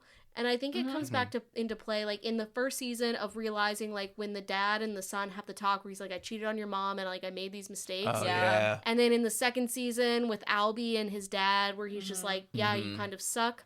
Mm-hmm. And then I think in this season, like Patrick Schwarzenegger's character really like idolizes his dad, parents, yeah. his dad the whole yeah. time. And like obviously there's not like, I think it's just like realizing like, oh, like your parents aren't maybe like people to be idolized. They're just people. One of the most, I actually heard this quote kind of recently, and it really like changed my life, sort of my perspective on life. It was like, your parents are experiencing life for the first time too. Yeah. And I was just like, well, that's so true. You know, like Yeah. we can see them as, they're obviously, it's like, it's your parents and you see them a certain way, but it's like they are also experiencing life for the first time. They don't have all the answers or all the, Right. they're not perfect. And, you know, if anyone sees their parents as perfect, then like, you might be messed up. But I think Saxon is that person where he's like, he idolized his dad. He connected his whole career and whole life is literally connected he had that to one his quote. dad. He had that one quote. And He's like, I put all my... He's like, I don't have hobbies. I don't have anything else. He said, I put everything in my life into this. Exactly. Yeah, and I think like all those characters are at an age where it's like you go from idolizing your parents and being like, these are my parents, these are like this parental figure, to being like, oh, like this is my dad, but it's also just like Tim Ratliff, you know, like this is also a person. Yeah. And so I think it's like a very interesting concept that people don't talk about a lot in these shows. But like Mike White has like an interesting background with his family too, because he was raised evangelical, but he has kind of like a, not cynicism towards religion, but he just like isn't super religious. Yeah. Relationship with it, But like his dad, like I think it's interesting, and he kind of plays into this a little bit in some of the seasons, but his dad like was I think a minister for a long time, and then eventually came out as being gay. And I think it's his like dad did? Yeah. Oh, interesting. Wow. His dad ended up like coming out as gay, and I think it's like this whole thing of like realizing like maybe your parents aren't the people you thought they were. It's a paradigm shift. Remember, you know what to me is the best scene of the entire show is in the first season with it's Sydney Sweeney's family, like, and he finds out that his dad died from AIDS. Isn't that what it was? He died from AIDS. Yeah. And so they have this conversation, and he's just sitting there, and he's like, to me, it was just like such a great representation of just like how we see like just humanity, but like the dad is sitting there, he's like traumatized because he just finds this out about his dad, right? And they're like, dad, like Sydney Sweeney, who is like, you know, supposedly like they're trying to be a super progressive, and they're like, dad, like why are you upset? Like maybe your dad was like, maybe grandpa was a power bottom. And like Connie Britton's character is like, you know, he's in a safe space, he's allowed to like say how he feels, and Sydney Sweeney's like, to an extent, you know, like it's just like such a great dialogue. Like I don't know, but that was like, I do agree, like that's like one of my favorite scenes from the whole show. It's just because he's like, he's so like traumatized, but it's like he's not allowed to be traumatized because it's not PC. It's not. Yeah. It's so good. It's just very interesting. What's your guys' so after like looking through these 3 seasons or watching these, like what's your favorite season so far? Season 2. And maybe it's just because I love Italy, but I just think like it really like it's like you're kind of in the White Lotus universe, you know? So I think like season 1 you're just kind of like, what is this? What's going on? Like I loved it. But season 2 I was like, hell yeah, we're in Italy. These gays are trying to kill me. Let's go. It's funny because that is like everyone's favorite season, and it's not my favorite. It's not mine either. Yeah. What's yours? I'm like, so my favorite is the first season. Me too. Because I think Armand like just really made that, but also Jennifer Coolidge too. The way the first season unfolds, is just like, I don't think for me, it wasn't even apparent to me that Armand was even gay until some point where it was completely when he starts, obvious. Like having his but not just that, but just everything about it. Molly Shannon. I mean, who is the son who is with Alexandra Daddario? Jake Lacey. I mean, all of that. It was so good. It was so much, and like every episode, there was so much tension in every episode. It was just like well, but some people pointed out when people were complaining about this season being slow, someone was like, "Well, the first season, the most exciting thing that happened was when Molly Shannon showed up." as like the mother-in-law showing up to her son's honeymoon. Yeah. Like that was kind of the most exciting moment. And I'm like, maybe, I guess for me it's different because it's like I watched it all together because I caught up, you know, like I didn't watch it from the beginning. So like I just like binged the first season. So I didn't see it like that, but maybe they're right. I did watch it from the beginning. I did, like, I watched it week by week when it first came out. And I will say, I think the difference between this season and like the first season is not the pacing, but again, like the depth of character tension.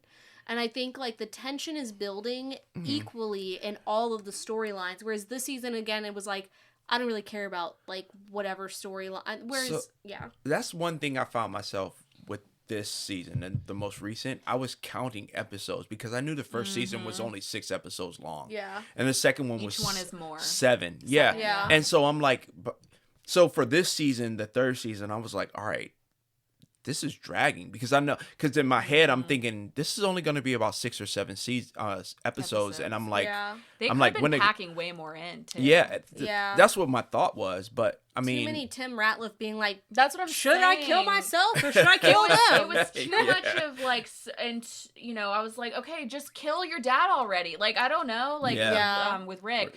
But yeah, I think for the season 1 is my favorite still. Season 2 to me is actually a little bit. Like, I loved it when I was watching it, but it's, like, almost forgettable to me now. Really? Yeah, like, I almost don't remember the characters I did like the conflict between the best friends, you know, in the first season? In the second season. I don't know. I think Theo James and... Oh, yes. They were my favorites as well. Yeah. So that was interesting. Theo James is so and of hot. course... talk about it. Wait, so I saw people were like, there should be an all-star season. You know how there's like an all-star season with like Big Brother, whatever. They should do that with like the 3 dickheads of the show. So it's like Patrick Schwartz and it was Saxon, Theo James, and then Jake Lacey in the first season. Like they should be the fighting over a hotel room. That would be hilarious. That's a great question of what character do you want to see return in the 4th season? Yeah. Because I think Mike White has said he has at least like 5 or 6 seasons like mapped out. I'm glad. Maybe. I but feel then like leave it at 5. I think for some reason, just because not that I care, but I don't care. Belinda's character, I feel like she should, just because it's just been a carryover almost from season 1. That she should be in it. But outside of that, I'm not exactly sure who, you know. I don't know if I need to see her again. Like I think I'm good. Like I feel like, again, she was sort of even though I loved her in the first season, I thought her character was so interesting. I feel like in this season I almost was kind of like whatever when her scenes were there. Yeah. I would like to see, I think actually it would be very interesting, what is Tanya's assistant's name? Was it Porsche? Portia. Yeah. I think she would be funny to return. She would. But I think you, like, in terms of story-wise, I could see them bringing back Molly Shannon's character because it's like she's wealthy and would be staying at White that would Lotus. make sense. I didn't even think about that part. Yeah. That would be good. Can I say I don't want them to bring back somebody? Like I don't think you we want need it to be brand new. Yeah, I don't think we've already had it. Like because actually what they if they kept it, you know, Greg Gary has been in all 3 seasons. He's the one who's actually been in every season. Yeah. And you know what's crazy is I care about him the least in every season. He is interesting because I felt like for somebody who's supposedly like, you know, he's so rich, like whatever, and he keeps getting these like girlfriends. I'm like, he's so not charming. He has like no personality. Yeah, there's like nothing to him besides Black Lives Matter. So. Oh, I got that really wrong. That's my favorite scene. But I said the others. That's one of my favorite scenes. But I think after this season, there's no reason for him to be in it anymore. Yeah, he's not going to leave. He got what he needed at the his last scene. Yeah, he got it's kind of like over at this time. Can I go back to that? What was that? That whole thing with Chloe telling Saxon about his like Gary's thing. I was like, I feel like that there must have been something where it was like that was cut out. I think it's supposed to be like, oh, here's like Saxon's like sexual perversion offered to him on a plate, and he actually doesn't want it. So. Yeah, so was that that Gary trying to get back at and possibly kill Saxon, or was this a real fantasy I think of Gary's? It's a real fantasy. I think it's a real fantasy, but at first I thought it was like, because the fact that he invited him onto the yacht, and I maybe that was supposed to be like a red herring type thing, but I thought and we talked about this at work, that was another unrealistic thing. Belinda showing up to the party was unrealistic, but also Saxon going to the party after Chloe told him, like, yeah, he knows about you, but, like, come to the party and bring your brother. Yeah. And not only that, but he brings his parents. Yeah. And I'm like, first of all, your parents weren't invited. Yeah. Second of all, why would you bring your parents knowing, in my head, I thought there was going to be some reveal, like, they knew about the yacht thing. Yeah. Like, maybe he had cameras on the yacht and he was going to show them, like, try to extort them or something. Yeah. But I think it is, like, accurate because you see in, like, their final scene together, he's watching Chloe flirt with some guy and he's just, like, sitting there, like... Yeah. Well, at the end, yeah. But I'm saying at that time, I think he got his, like, fetish thing there. But, like, at first I was like, why would Saxon go to the party? Yeah. I don't know why any of them went to that party. Like, Belinda's like, I might die. And she still goes. Meanwhile, her son's at the buffet. Like, it's like so that, crazy. That was unrealistic to me, too. Yeah. Also, the books. You were mentioning, like, the different books. Okay, so I think it was interesting. I was reading, I forget his name, but the guy who does the props on set and how they decide the books. It's actually interesting, like, in the first season, I think they were just kind of like, oh, this is supposed to be funny, and then, like, more people paid attention to them. Yeah. Because there's nothing more, I think, accurate about the White Lotus than bringing a book to read that you're not going to read. Because you're on vacation. I'll never forget, Chris and I were going on some trip, and he was packing his backpack. I was like, why are you bringing 4 books? Yeah. Like, you don't need all that. So, like, in the first season, like, you see the 2 girls, That's and they're reading, like, Immanuel Kant, and, like these huge things. And then in the second season, I forget, like, you definitely see them reading books. I forget what they are, though. But in this season, it's interesting because they're more, like, they're like you're supposed to see it. Yeah, like, they know that. So, like, for example, I think Victoria Ratliff is reading, like, The Beautiful and the Damned by F. Scott Fitzgerald. Or, like... So at the end of the season, Saxon is reading Things Fall Apart by Chinua Achebe. Yeah. And then... Which she gave to him. Chelsea gave. Yeah, she gave to him. And then, like... Actually, Lachlan was reading this book. I could not find it. But then I think it's probably, like... It's called, like, The Wall of Ocean or something. Yeah. Ocean and... Water. Yeah. Makes sense. Water ties in with the tsunami. Yeah. Michelle Monaghan's character... Michelle Monaghan's character was reading a Barbara Streisand memoir, which I thought was, and she was barely it's a big book too, and she was not even like, she was at the beginning of it. And they're all, like, very accurate to who they are, but I think, again, like, it's just like, and it's interesting because he was saying, like, what he does is he, like, thinks about the books for the characters, then he sends the list to Mike White, and then, like, Mike White will be like, actually, I think maybe, like, it should be this book or whatever, and then they, like, go back and forth. But sometimes it's difficult because, like, some of the publishing houses will be like, you have to have certain rights for a book to appear. So, for example, like, one of the books that the prop guy was reading while on set was The Lonely City. And then I think that was what Lori was supposed to be reading, but I don't think they ever show it. But the character who plays Piper was, like, actually reading it in between scenes, like, very into it. And there's a scene that they ended up cutting, but, like, where she's reading it, and that's not the book she's supposed to be reading. And they were like, we didn't get the permissions for this. Like, and he was like, thank God it got cut, because we don't actually have the permissions to, like, feature this book. But I love that detail of just, and I thought this was really interesting. Sorry. That when they were staying at a Four Seasons, the prop guy was like, yeah, I'd like 4 books on my my nightstand. And when you come back to the hotel room, I guess at the Four Seasons, they'll put a Four Seasons bookmark in your book. So he's like, so I had 4 bookmarks. So they replicated that in the White Lotus, and you'll see that, like, characters will have White Lotus bookmarks. That's cool. Throughout, like... That is cool, actually. Yeah. Because they always stay at 4... The White Lotus is, like, the 4 Seasons. Yeah. So I think that when they stay at these hotels, which, by the way, I don't know, I can't remember the price, but the White Lotus hotel in Thailand, like, the 4... whatever it is so cheap. Yeah. I'm sure now it's not. Probably not now. But, like... But, yeah, I've heard it's cheap. Yeah. I've been getting these, like, random on my For You page on Instagram, just the actual locations where people were staying and what the cost is to stay there. I'm sure the one in Italy is crazy. So cheap. So they had the place that's supposed to be Greg's house. It's like 13. Which I'm sure it's not that crazy, but 13. His house was insane. It was. Yeah. I think it was. I can't remember if it's 1,300. I think it's 13,000 a night. 13,000 a night. Which, like, I couldn't But that afford, but place is- isn't Right, that it's bad not for that bad. No, it's not that bad. Especially Yeah. if you're going with friends, you can 8 to 10 Yeah. friends and you split it. I mean, I was gonna say about the books, you could not analyze me if I was on vacation because, like, especially during the summer, I have this thing where I like to read like stupid like thriller, like I Yeah. read like Ruth Ware or whatever, and I'm like, I not that's stupid, whatever, but like I read like beach reads, so I'm like, you Yeah. couldn't analyze my books, you know? I'm just like Yeah. reading like But it's so accurate where it's just like you see them reading and they're always like obviously putting it down because it's a scene, and that is very much like vacation where you're just like, I'm gonna read this book by you're the not pool. yeah. But you're just like on vacation. time. I bring a book with me on every single trip, but to be fair, Yeah. it's in case like what internet goes out or something, and I'm like, I have to read. it's a backup. I think like I've definitely when I've been on cruises and stuff, I've like read multiple books. Yeah. But I think like if you're on like if it's like a land, beach trip. Yeah. yeah. Which brings me to, do you guys want to do my White Lotus trivia that I Please, prepared? let's do it. So to clarify, this is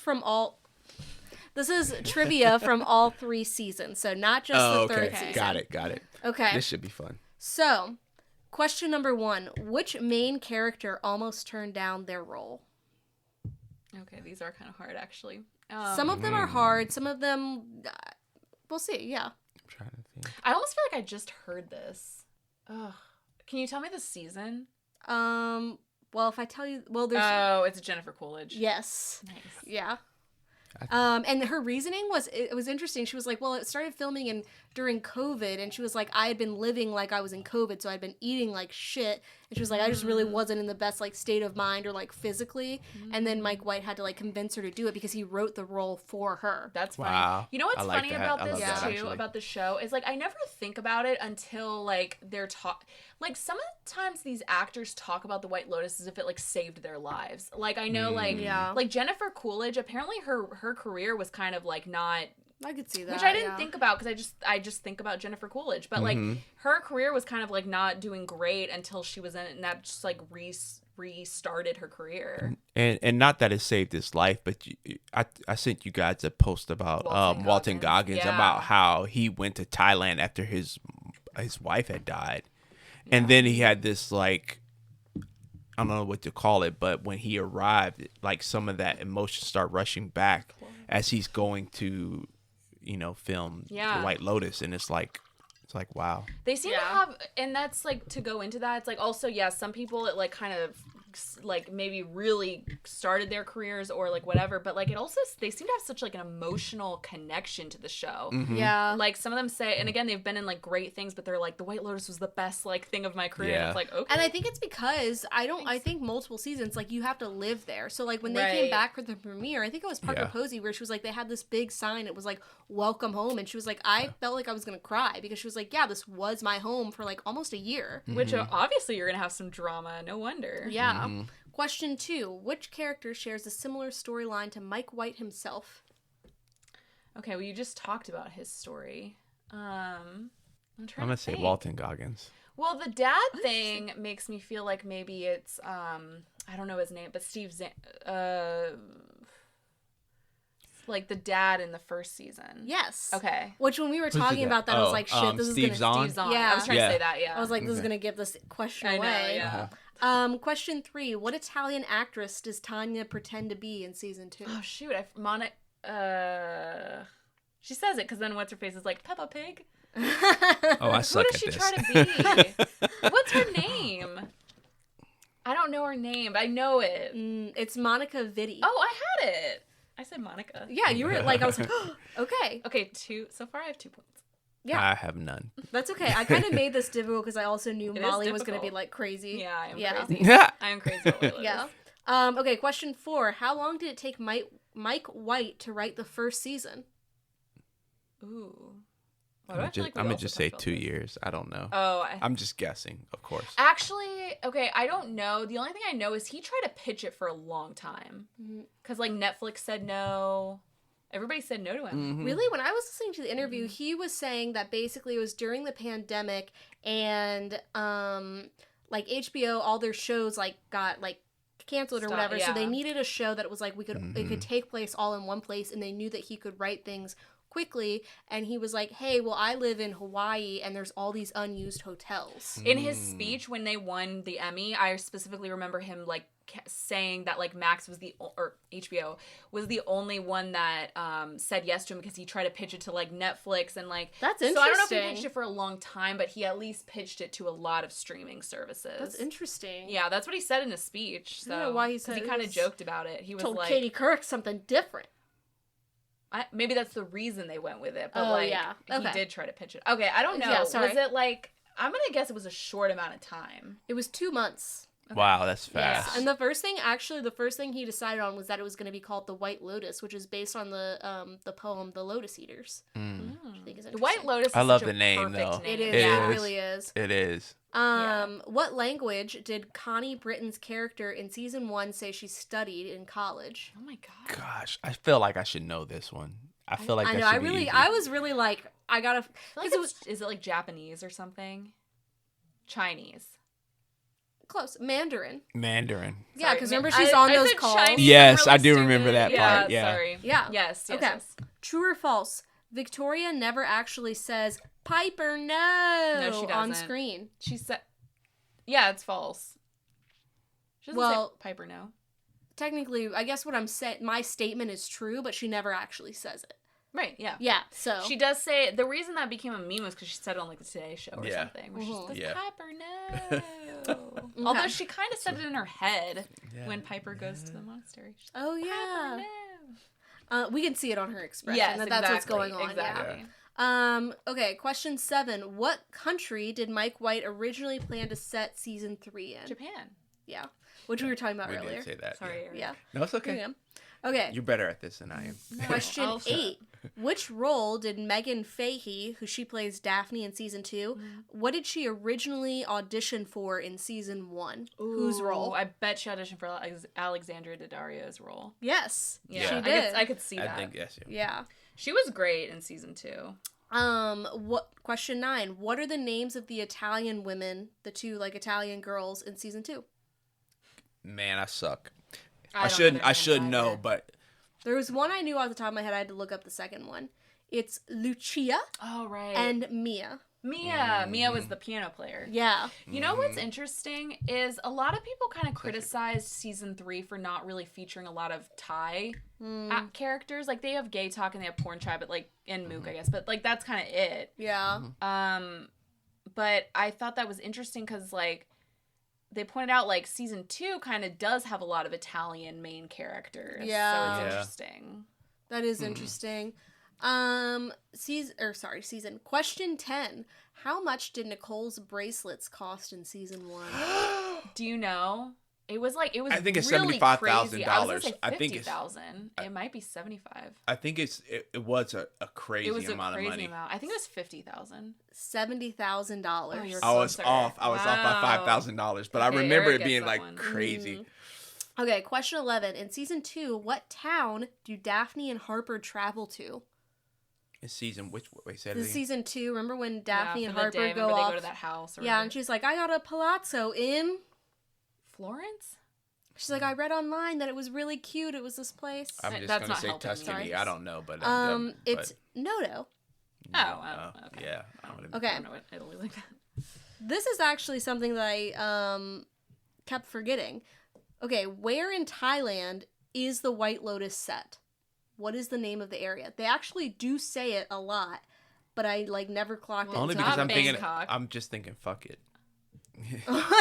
I mean, it's a place though. It's called that. Yeah, PHU. Oh, That's funny. I They, don't know, it's but apparently not. that must be wrong because Alexa laughed at me when I said it. It's Koh Samui, Koh Samui. also apparently, which they I say could a be lot, wrong, and I though. like didn't realize. There I like, is a- didn't know that. I never tracked even it. heard them. There's say a that. place called Fuck It, but it might not be a Thailand. You know when Rick like releases the snakes, the scene, that scene. Apparently Walton Goggins has like a severe fear of snakes. Yeah. So he had like a panic attack and like cried like. Yeah, Which as I'm like, I would. I don't And he even had to know. I really He like, released all of them, and he had to, that- and he had yeah. to hold one, and he was like, "You can see it in my face," and I'm like, "I couldn't see it in your face. I Yeah, had no you idea." look drugged Yeah, out. Yeah, Yeah, yeah. That was it. Okay, That last is hilarious. question. No What- more. I want more. Well, I can find more later. I found a bunch. Okay. What is the name of the poisonous tree in season 3? The mighty pom-pom tree or something. Close. Pong pong. Pong pong. Yeah. You Good win. job. Okay. You win, Also, Molly. really quick, huh? I say you win, Molly. Also, really quick, you did get the $75,000 one. Yeah. Really quick, I loved Pam. Yeah. Pam. Shout out to Pam. When She she's also- like, how wonderful for She you. should have got more airtime. I I think. think so too. She was she to I me feel was like- the closest to like Armand as we've ever gotten. You know I feel what like I mean? they didn't focus on the staff as much this They season. didn't. And No. I think that would have, I don't know, because again, somebody pointed out that like it's interesting.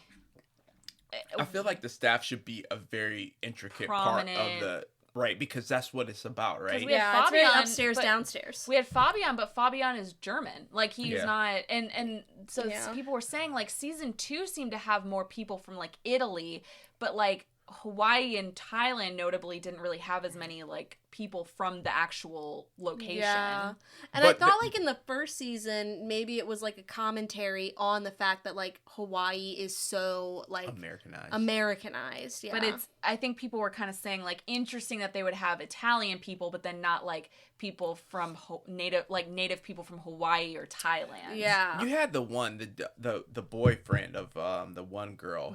Kai. He was the one who Yeah. went to jail. He I was think the only one. He was the only Right. one. He was the only yeah. one, yeah. Which I thought was a commentary in the first season, Yes. but I think what Yeah. you're Exactly. saying is like, yeah, it's Yeah. weird that when you take like a Eurocentric Exactly. one, it's like, But- yeah, let's put them in the show. Right. But even still, there was just an absence of any of them in this season Yeah. at all. Where in the first 2 seasons, they were an intricate part of. I mean, I guess you I guess have you had Guy Sri talking Lada, too, yeah. It was Sri Lada, But they were, I don't know. they yeah. didn't feel Yeah. like a main part of the story No. that was happening. I'm curious, like, if sometimes actors say a line where they're like, I know that this is going to end up in the promo. Like, when Pam, it says, she's something like, where she's like, well, I hope you enjoyed your stay. Thank you for coming, or something like that. Oh, where yeah, I'm the just last like, yeah. line. Yeah, they're like, oh, this is a promo line. Where she Yes. goes, have a great last day or something. Yeah, Yeah. yeah. You're like, oh, he's going to die. Yes.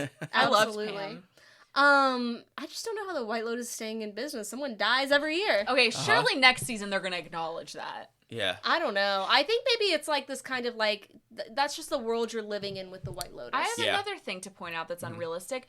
I was shocked when Belinda Googled the whole Jennifer Coolidge's character dying, or when like Googling Tanya, because she works at a White Lotus. Wouldn't she have heard through the grapevine that like Yeah, there was a she huge, should've. a I think so. huge, by the way, murder? Especially when Yeah. one happened the year prior, or Right. not the year prior. Who knows what the time difference Yeah, was? you like would 2 think like years. the Yeah. White Lotus like team's message Staff, that would be yes. sent out to everyone would've where it's found like, out about hey, Tanya, we gotta yeah. cut down Yeah. on the murders, y'all. The Yeah. White Lotus curse would have went viral. So Tanya Yeah. didn't, because people were like, well, Tanya didn't die at the White Lotus. She washed up on the shore. Yeah. Yeah. And yeah, like a White She Lotus stayed at guest the White found Lotus. her. Stayed at the White Lotus. A White Lotus guest found her, and like the yacht wasn't that far away where they all died. No. and they were guests Yeah. as well, so like they would have No. come out. Also, did you see that Megan Fahey and Leo Woodall are dating? I think. Oh yeah, they've been dating since like that season. Yeah, I didn't It's realize that. cute. That's cute. I love Leo Woodall. I love her.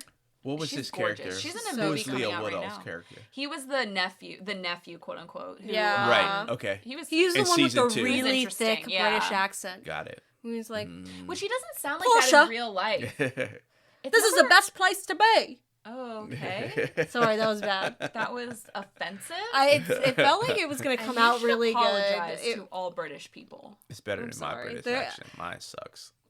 He Let's goes, hear it. I'll change my. No, I'm not gonna try it. Give me something to Remember he say and talks I'll about try changing and his I'll try underwear. and. Yeah, I fucked my uncle. Sorry, that was I bad. fucked my uncle. Okay, Eric's might have been worse. See, I told you mine was suck. Mine shocking. That was bad, that does was bad. suck.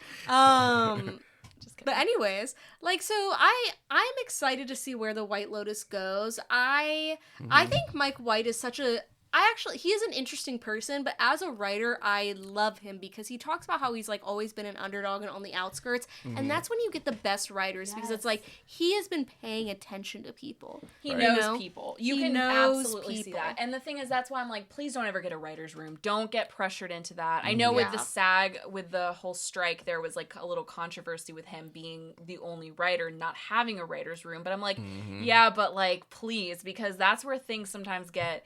But I will say, apparently Max is like kind of putting the pressure on to pump out the next season. And I'm like, Yeah. No. The thing is, I miss the White Lotus when it's not on, but I also appreciate that they take 2 or 3 years in between seasons. Yeah. Because I'm like, Yeah. yes, take as much time as you need. If it's going to come out good. So yeah, Like, and amazing? I was Yeah. gonna say, I mean, this is a White Lotus talk, but I've been watching some stuff about like Invincible and how That takes a while. Yeah. but Prime is pressuring them to yeah. but the quality suffers when you do that. Exactly. It just does.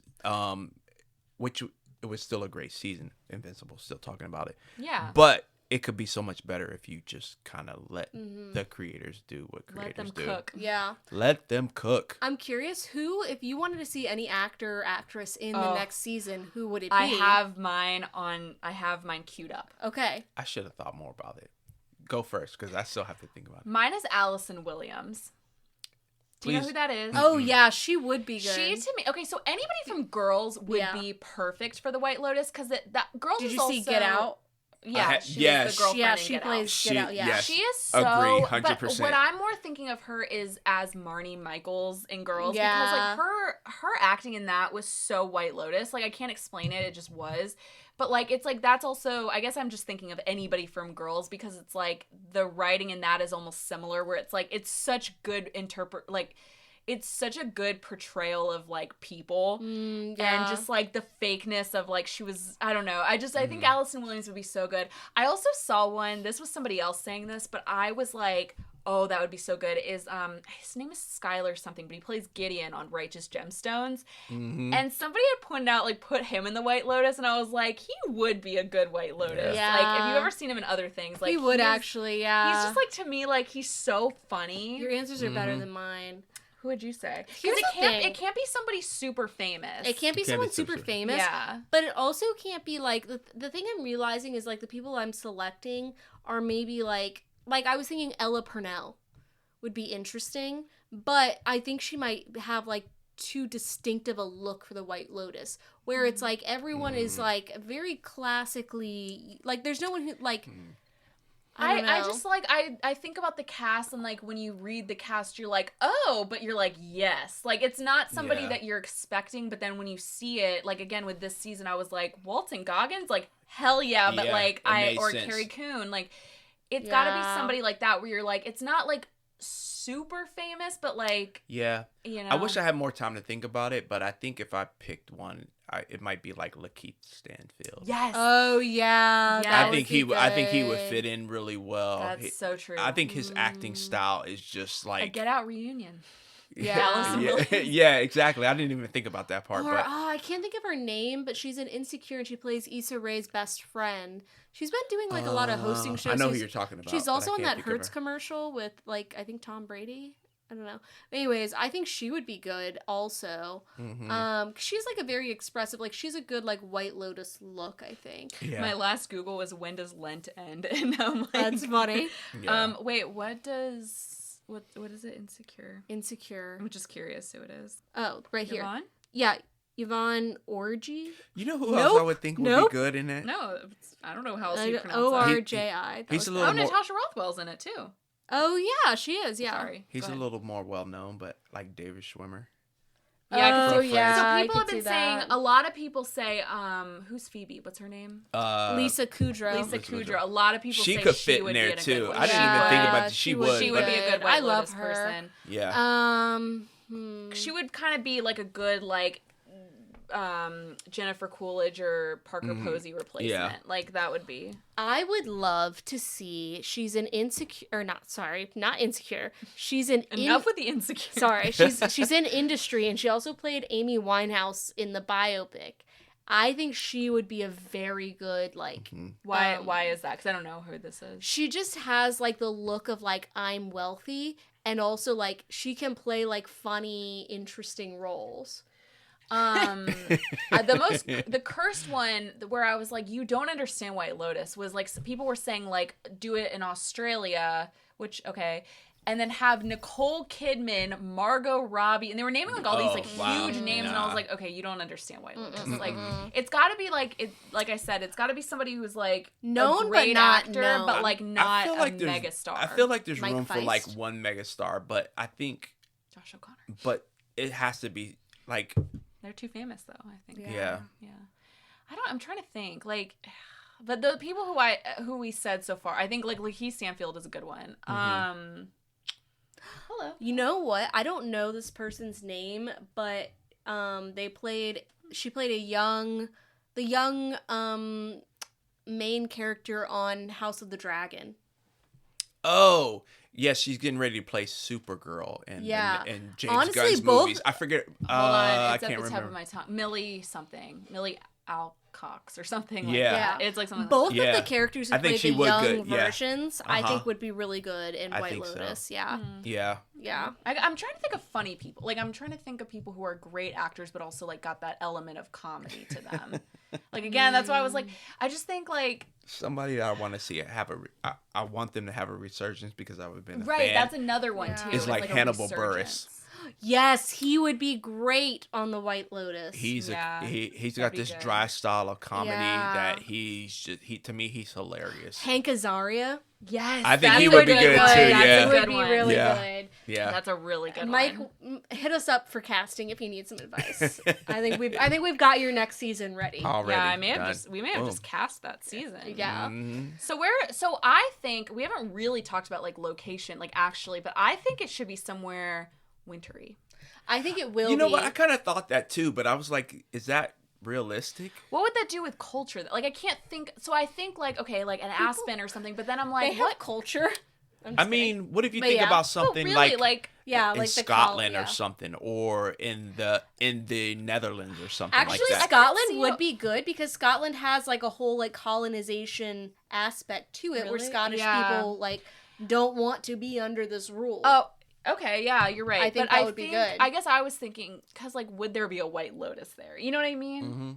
Like, I think it's funny that Mike White said like, I don't want crashing waves on the rocks, but I'm like, I can't picture the words White Lotus somewhere not at like Yeah. a beachy resort, you know? Yes, that's Just interesting. based on the first 3 episodes, it does The feel fir- that way, that's right? what I think. And so maybe if they just put it like I do think it should be at like a ski resort type situation. It would change I it wanna up a see little it bit. Sweden. Yeah.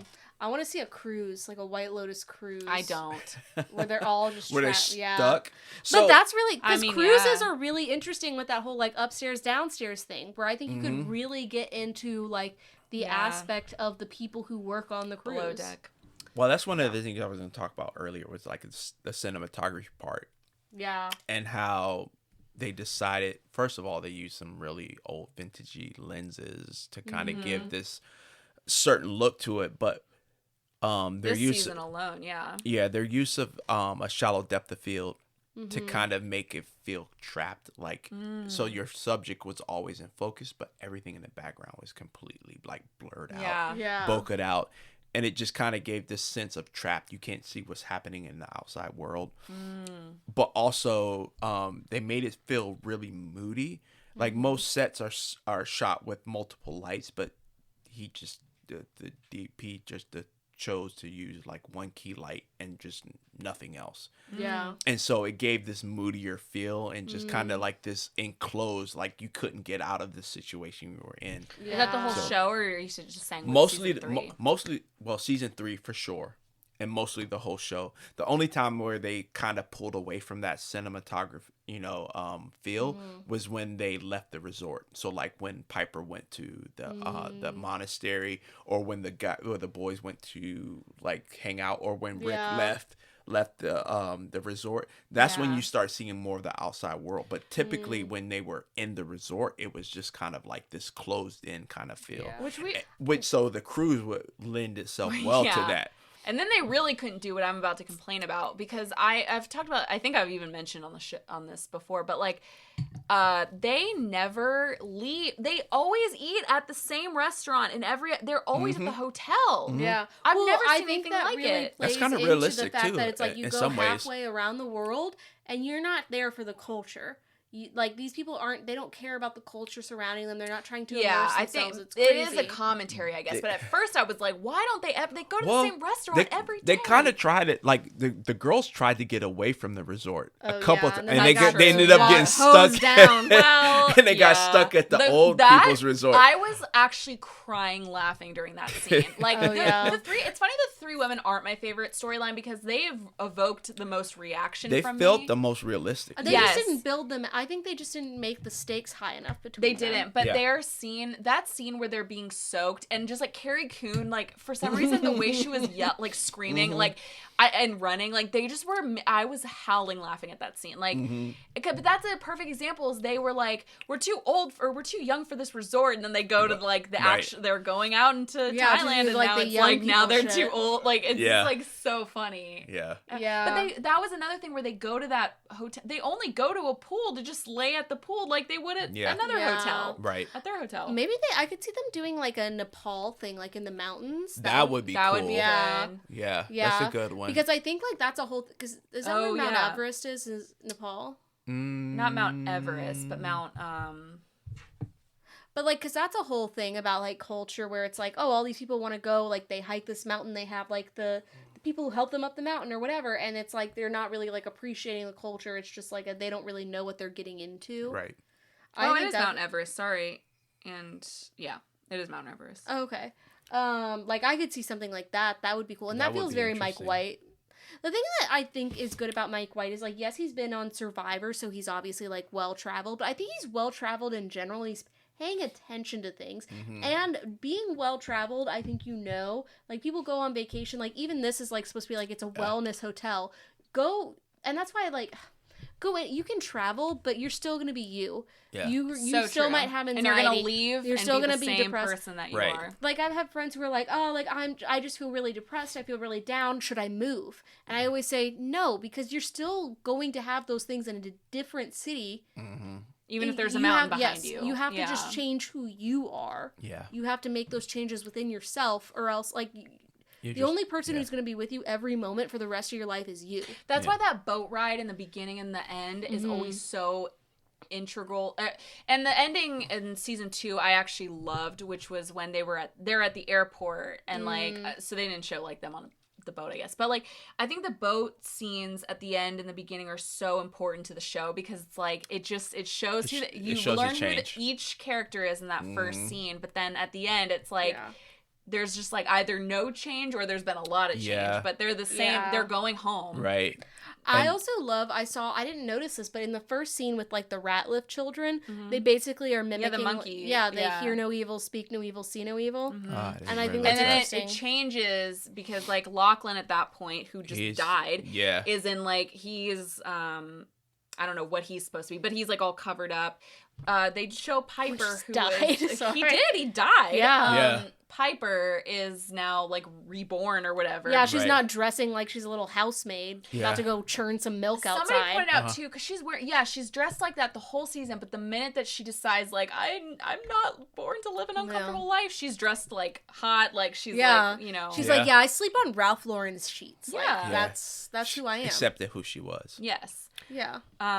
They've all kind of become like Yeah. Yeah. I just think theirs was the most interesting and intricate storyline. Saxon was definitely a complex character, I would Yeah. say. My favorite character. I think so. Patrick Schwarzenegger is a nice guy. I would love to I see him. love him. I think he seems seems. I'm really impressed by him. I believed in him since the staircase. So Patrick, if you're listening, I've always believed in you. Unlike everybody else, that was my leg. Unlike everybody else, Wait, but I've always believed in I'm you. curious. So, okay, I've said I'm Lori. You've said you're Kate. Who do you think from this Kate, season you sometimes. relate to? So I took the quiz. Minus the voting. Not I completely took Kate. the quiz and Oh. it says that I'm Chelsea, Oh, yeah. but I don't think I'm Chelsea. I mean I love Chelsea for who she is, and you know I feel like I am an optimistic person and all that.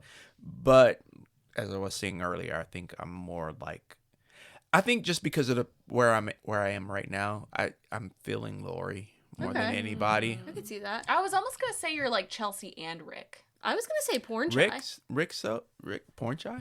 Yeah, you are porn shy. Am I? Yeah. So when we first completely off, I saw a guy guy talking myself a little bit. Yes, I can see that too. I could see I that. was like, and I was watching, and I'm like, oh, this dude. I'm like, you're killing me, guy talk. I know. I'm like, you're He was killing me. killing me. But at the same time, I'm like, yeah, I probably do. Can I have my some gun dumb back? No shit. worries if not. Yeah. But really quick about guy talk. Unreal. So he's the one who shoots Rick, right? Yeah. For him to now become, after she had to yell at him to shoot him, by the Yeah. way. Yeah. And also, that was an unlawful shooting. Maybe the laws are was, different there, but yeah. he wasn't, there was no reason for him to shoot him in that Right. moment. No. For him to now become her security guard at the end, I was Yeah. like, that's bullshit. She had Yeah. to yell at him to It shoot was. him. Where was he that whole time? No, he That- wouldn't become her security guard. They're also superficial, though. I kind of believed it in a way. But he because- didn't do anything Yeah. impressive. Because he didn't. And the only reason why he did it was because Sri Lada was in his ear, and so Exactly. was and Mook, and he Yes. was thinking about those two, and so Yeah. he shot Rick for no reason. In the back, by the way. In Not the back, even yeah. impressive. Yeah. Like, Yeah, I was like kind of blown. I was like, And- of course he's her security guard, but like, he didn't and do Sri Lada is anything. so superficial to me that Yes. it just felt Yeah. it was wrong, but at the What's same time it interesting felt is- sorry, go ahead. appropriate that she put him in that position Yeah. because now he's her bitch. Oh, I yeah. just think they could have done so much more with Guy Talk, and especially like his relationship with Exactly. Mook, because it's interesting because it's like basically like he gave up a lot of his a lot of his morals because Of it's like her. for Mook, Yeah. who was like, I want you to be this masculine guy, and it's like, do you think he's gonna be happy? Like you see him put on the sunglasses and he rides off in the distance, but it's like, Oh yeah. I don't You know know. It's temporary. You know who I felt bad for is like all of Lisa's fans who probably tuned into the White Lotus just to see her and just to see her be nothing. Yeah. Essentially, her character Yeah. was such a nothing burger. Like, Yeah. and I thought she was gonna be behind. Like, I thought she was like Yeah. behind stuff. Like she was maybe Yeah. kind Yeah. of bad. She wasn't. She just was Well, not a you know, character. It was positioned in the first episode like they were going to be an integral part I of the know. story, and they really weren't. Either one of them, really. Yeah. Yeah. You know what I didn't understand is why, like, so when Guy Talk, like, figures out that, what's the Russian character's name? Valentine. That Valentin, did the robbery, and he doesn't say anything. I don't know why he doesn't. Like, I he don't bitched understand out again. He just, I feel like that's his character. Is Yeah, he just keeps he just bitching was- he out was until like, he has to "Okay, shoot someone in the Again, back. no worries. Yeah. Also, And he really should have. Which, like, is Yeah. very much me at work. Like, this Right. is why, like, Well, nobody that's what has I ever said. but handed we're not. me a But gun. we're not handling a gun. Well, Yeah, I mean, we didn't apply for security positions. but I Yes. see, like, that's why I was saying Insecurity. I see myself in Guy Talk a lot, and in some ways, in some of those ways, and I'm like, sometimes you just got to stand up for yourself and do the right He thing. was a sweet character. I really liked him as a person, and he just was not supposed to be in that role. He is a sweet character, but almost to the point where I'm just like, do something for yourself. When he was gonna quit, Yeah. and I'm like, yes, you should quit. And the guy was like, no, Gay Talk, like, which I was surprised by this, but the guy that worked with him was like, no, like, you're good at your job, you should stay. I was like, no, Yeah. tell him to quit. He Yeah. sucks. Yeah, he's not good at his job. Also, honorable mention, I loved the scene, even though it was like so ridiculous that they somehow got into Sri Lada's house, past her security, just pretending to be a director and producer. But I did love when Sam Rockwell was like queening out with Sri Lada over Yeah. her like music video. I Yeah. was like, that was so cute.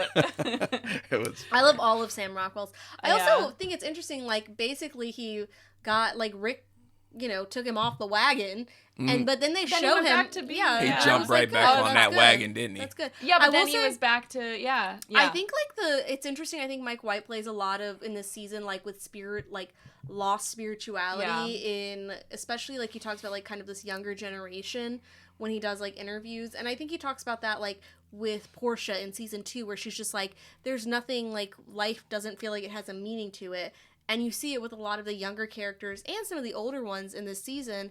But I think it's interesting where it's just like, it does feel very relatable, where it's like, no matter how much money you have, it doesn't give you a sense of purpose. It doesn't give you a sense Right. of happiness. No, Like, that's you can true. still be lost in who you are. Portia was actually, now that I think about it, of you saying she should come back for a season, is she was an interesting character because like Yeah. she is kind She of took like a lot of shit. but she was so funny. Like that Yeah. character was so funny. I like her and Jennifer Coolidge together, where they're just both like Yeah. Yeah. But she was so funny because I don't know. I really like loved her character actually. And I She love was the messy. actress. do I love when the they interview actress. and they're like, "Are you going to after party?" She's like, "No, I'm gonna go eat some food and go She to was bed." funny, yeah. Yeah. Uh-huh. Yeah. I haven't seen her in anything since then though. I've seen her in so many things though, and I really like her a lot. What have you seen her in? She was in Split. She was in Split? What did Yeah, she was the I need to so go back like and watch Anya that again, Taylor 'cause Joy that's one of is my the favorite I love that movies. It's my favorite Yeah. M. Night Shyamalan movie. But so Anya Taylor Joy is the main girl. She's the one that's like the girl that also gets kidnapped, but she's like Oh. the girl with the blonde hair. Oh, interesting. Yeah. So Okay. she's the one that dies? Yeah, Okay. Spoiler. but But it came out like 10 years she's ago. so funny in that season. Like I really loved her character. Yeah, I would love to see her back. Even though I felt Yeah. bad for Albie though. I did feel bad for Albie. Do you think that, like, I think they kind of remind me a little bit of, Gay talking Mook. I was gonna say Shiv and Tom from Succession, Huh. where it's just like she doesn't really like want to be with him or care about it, and he's just kind of like a wet blanket, and he's just like, I Right. like you, so if you like me, sure. But also Yeah. Gay talking Mook, where it's like they seem cute together, but it's like she wanted more. You know, she Yeah. just wanted, and Mook then at makes the end me was so like, mad. I think that's just past trauma. Yeah, Relationships in general. yeah, like she just is clearly just like- like using him. I It's just like, wonder I'm like, what "Don't do it, Lisa dude. fans Don't thought do of it." her of that, like, because I know a lot of people probably watched for Well, that. they seem like Guy Talks the actor who plays him and Lisa, like they seem kind of close, except there was this one interview where they were vibing in it, but he was like singing No Diggity to her, and she was like, wow, this is so good. Like she's vibing, and I'm just like, this is really Yeah, good. Gay no, Talk actually he's a sings. singer. He He's sings. from like an American Idol type show. That's Yeah. where Yeah, he's like, from. Yeah, It's yeah. just strange to me to sing that, like it's just you two, and it's just like, No Diggity. he was Oh, cute. yeah, I like liked it it. up. Yeah. Hey yo, hey yo. Yeah. Hey, yo, I didn't hey, see yo. that. I didn't see that. I didn't see that. Now I'm like really cringing. It's just them two, yeah. No, anyways. he's actually pretty good though. He Yeah. can sing a and little he like bit. went to her concert recently, I think. the cast seems close. Oh like, yeah, they I saw seem- that too. They Other have than to. the They lived- drama, they seem to vibe. Really I would well. describe it as like your freshman dorm. yes, That's where it's how it like is. yes, You have to be exactly. close because you live together for 7 months, Right. but there's going to be drama. Yes. So I want to hear what you have to say because, like, we're talking about the drama and we talk about the Rick and Chelsea thing, and there's all these posts and all these pictures of Rick and Chelsea together, characters, of course. Yeah. And then all of a sudden, they're not following each other on social media. Yeah. What is that? I don't know, I but don't I just think know. like that is I think that's going to be like for the 20-year retro, you know? Like we'll get it in the documentary. there's almost just too much going on right now that they probably wouldn't. But it is weird Yeah. that they don't follow. She does follow Goggins' glasses. What is that thing that he did, like that commercial where it's like Walton Goggins' glass? It's like an Amazon thing. He's so funny Oh, to I me. don't Hold know on. that. I will Like, tell you because she does still follow that. People pointed out. She follows Goggins' goggles. That's what it is. Oh, from the what From the commercial Super Bowl, is that? It's the Super Bowl commercial. That was Oh. hilarious too. I didn't know that. What is he? I also learned, I think it was either you or Chris told me that Walton Goggins, when he was a kid, got all his teeth knocked out. I didn't know that. That's crazy. I That forget sounds what like he something said that would happen what to him. happened to him, but it was like it was an accident. I don't know. I really did like this season Yeah. overall. I think I did. I did. It wasn't bad, but it wasn't my favorite. It's not my It favorite, wasn't my but favorite, but but I I- ended up loving it. I Yeah. did too. Yeah. I think love the community viewing of shows. I do too. There's something about like because that's where I'm like, you know, I get upset, especially with the White Lotus. Sometimes I do feel like this show is not made for streaming not made for weekly episodes. But then I think like it is so fun. There's something so fun to show up on Monday mornings at Yeah. work. It also makes Sunday nights better and talking about it. I love this because I feel like I was one of the ones who brought that to attention on this podcast last time I was on. What? Oh, we did talk about streaming when binging you were on. versus Yeah. stream Yes, versus you're right. versus you know We did week to talk week. about Yeah, that. versus And community. That's why I was saying I think White Lotus at first sometimes I do think I'm like it's meant to be dropped like all in one, but then I'm like not really because sometimes I love chatting and then you about get I to hear do. about the theories. Like I do. like Yes, the shows where it's theories, like you yeah. get theories. Oh, I have a whole and I think notes it's just app. because it's so rich. Yeah. This show is so rich with details Yes. that it needs to be talked about. And sometimes you don't get that in a binge yeah. show type of that I presentation. truly don't think I see in a lot. Like we talk about Severance. That's another show at work that we talk about a lot, but I don't think I don't see that as even on the same, like really the same level as White Lotus because Severance has all the sci-fi to it that it's just kind of like there's Right. so much to it that it's like hard to like talk about. Mm-hmm. But like White Lotus, you can just like dissect the characters. Mhm. Yeah. And I love that. Yeah. Yeah, it's I got a think so. broader base or broader appeal than some Yeah. other shows. And it does it well. Like, it starts out with a mystery where it's like you're trying to figure out the dynamics of the characters, but you're also trying to figure out who's gonna die. You know what I'd love to Yeah. see next season? That like shows like Poker Face does this, where it's like I want them to show who dies at the beginning. I think that'd be different. Interesting. And then show you're trying to who figure died, out how. and then how did it get to that point? Yeah, I do think That would be That'd interesting. be Yeah. interesting. Because I could and see still him- just is interesting. Yeah, I could change see it him up. doing like a twist where he's like, nobody dies. Yeah, change it up. Like, do Yeah. something different next season, because we're at season 4. We've seen it now. I thought this season was a lot darker. Yeah. But, like, Yeah. next season, make it just different. Yeah. Mhm. Yeah. But overall, I think we've pretty much covered every nook and Every cranny. nook and cranny of White Yeah, Lotus. yeah. This was good. Thank you, Eric, for coming on and joining us. I This has appreciate been having super me fun. back. I It's been a love while. I love talking White Lotus. I do Like, too. I'm I so wish we glad. had more to talk. Like, I'm Just excited wait. for the next season. Yeah. Season 4 is coming. Yeah. What if Apparently I they haven't- die? they What if I haven't- die before it comes out? Don't Who? say that, What? please. But do You? you know what I mean? Like, that's like something I think about. That's is I'm one of the like, things I think about too. But yeah, like, Yeah. what if I die before the next season comes out? I don't mean this in like a rude way, but like you just be dead.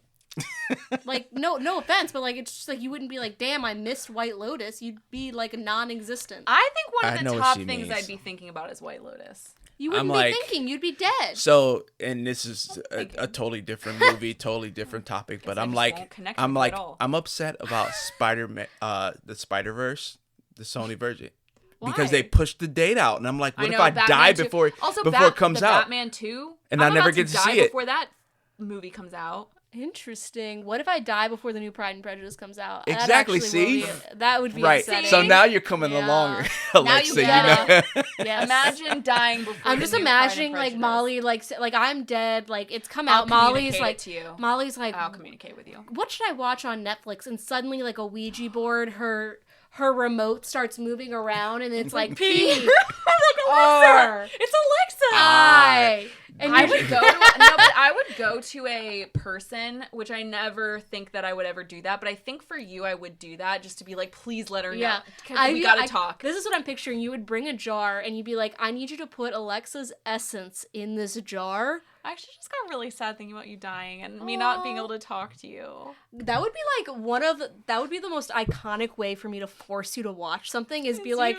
Ouija, even the Ouija board. I'm Wait, like, no. wait. yeah, You're even the like- Ouija you're- board. I'm like, watch. No. Facts. Watch Haunting of Hill House. Oh, in your God. in your last will and testament, Yeah. you have this list of movies. And Yeah. for even then, to I'm just watch. like, nah. Yeah, I literally I'm gonna write a letter tomorrow in my desk. I'm like, if I die, this is what Molly needs The to watch. Ouija board is literally like paranormal activitying me, Yeah. like, but I'm still just like, no. No. You're just like, you know, Molly's like, mm-mm. can't not doing it. Yeah, you're just like talking to the jar of me. You're just like, That is hilarious. Alexa, this isn't hitting. I'm sorry. That is funny.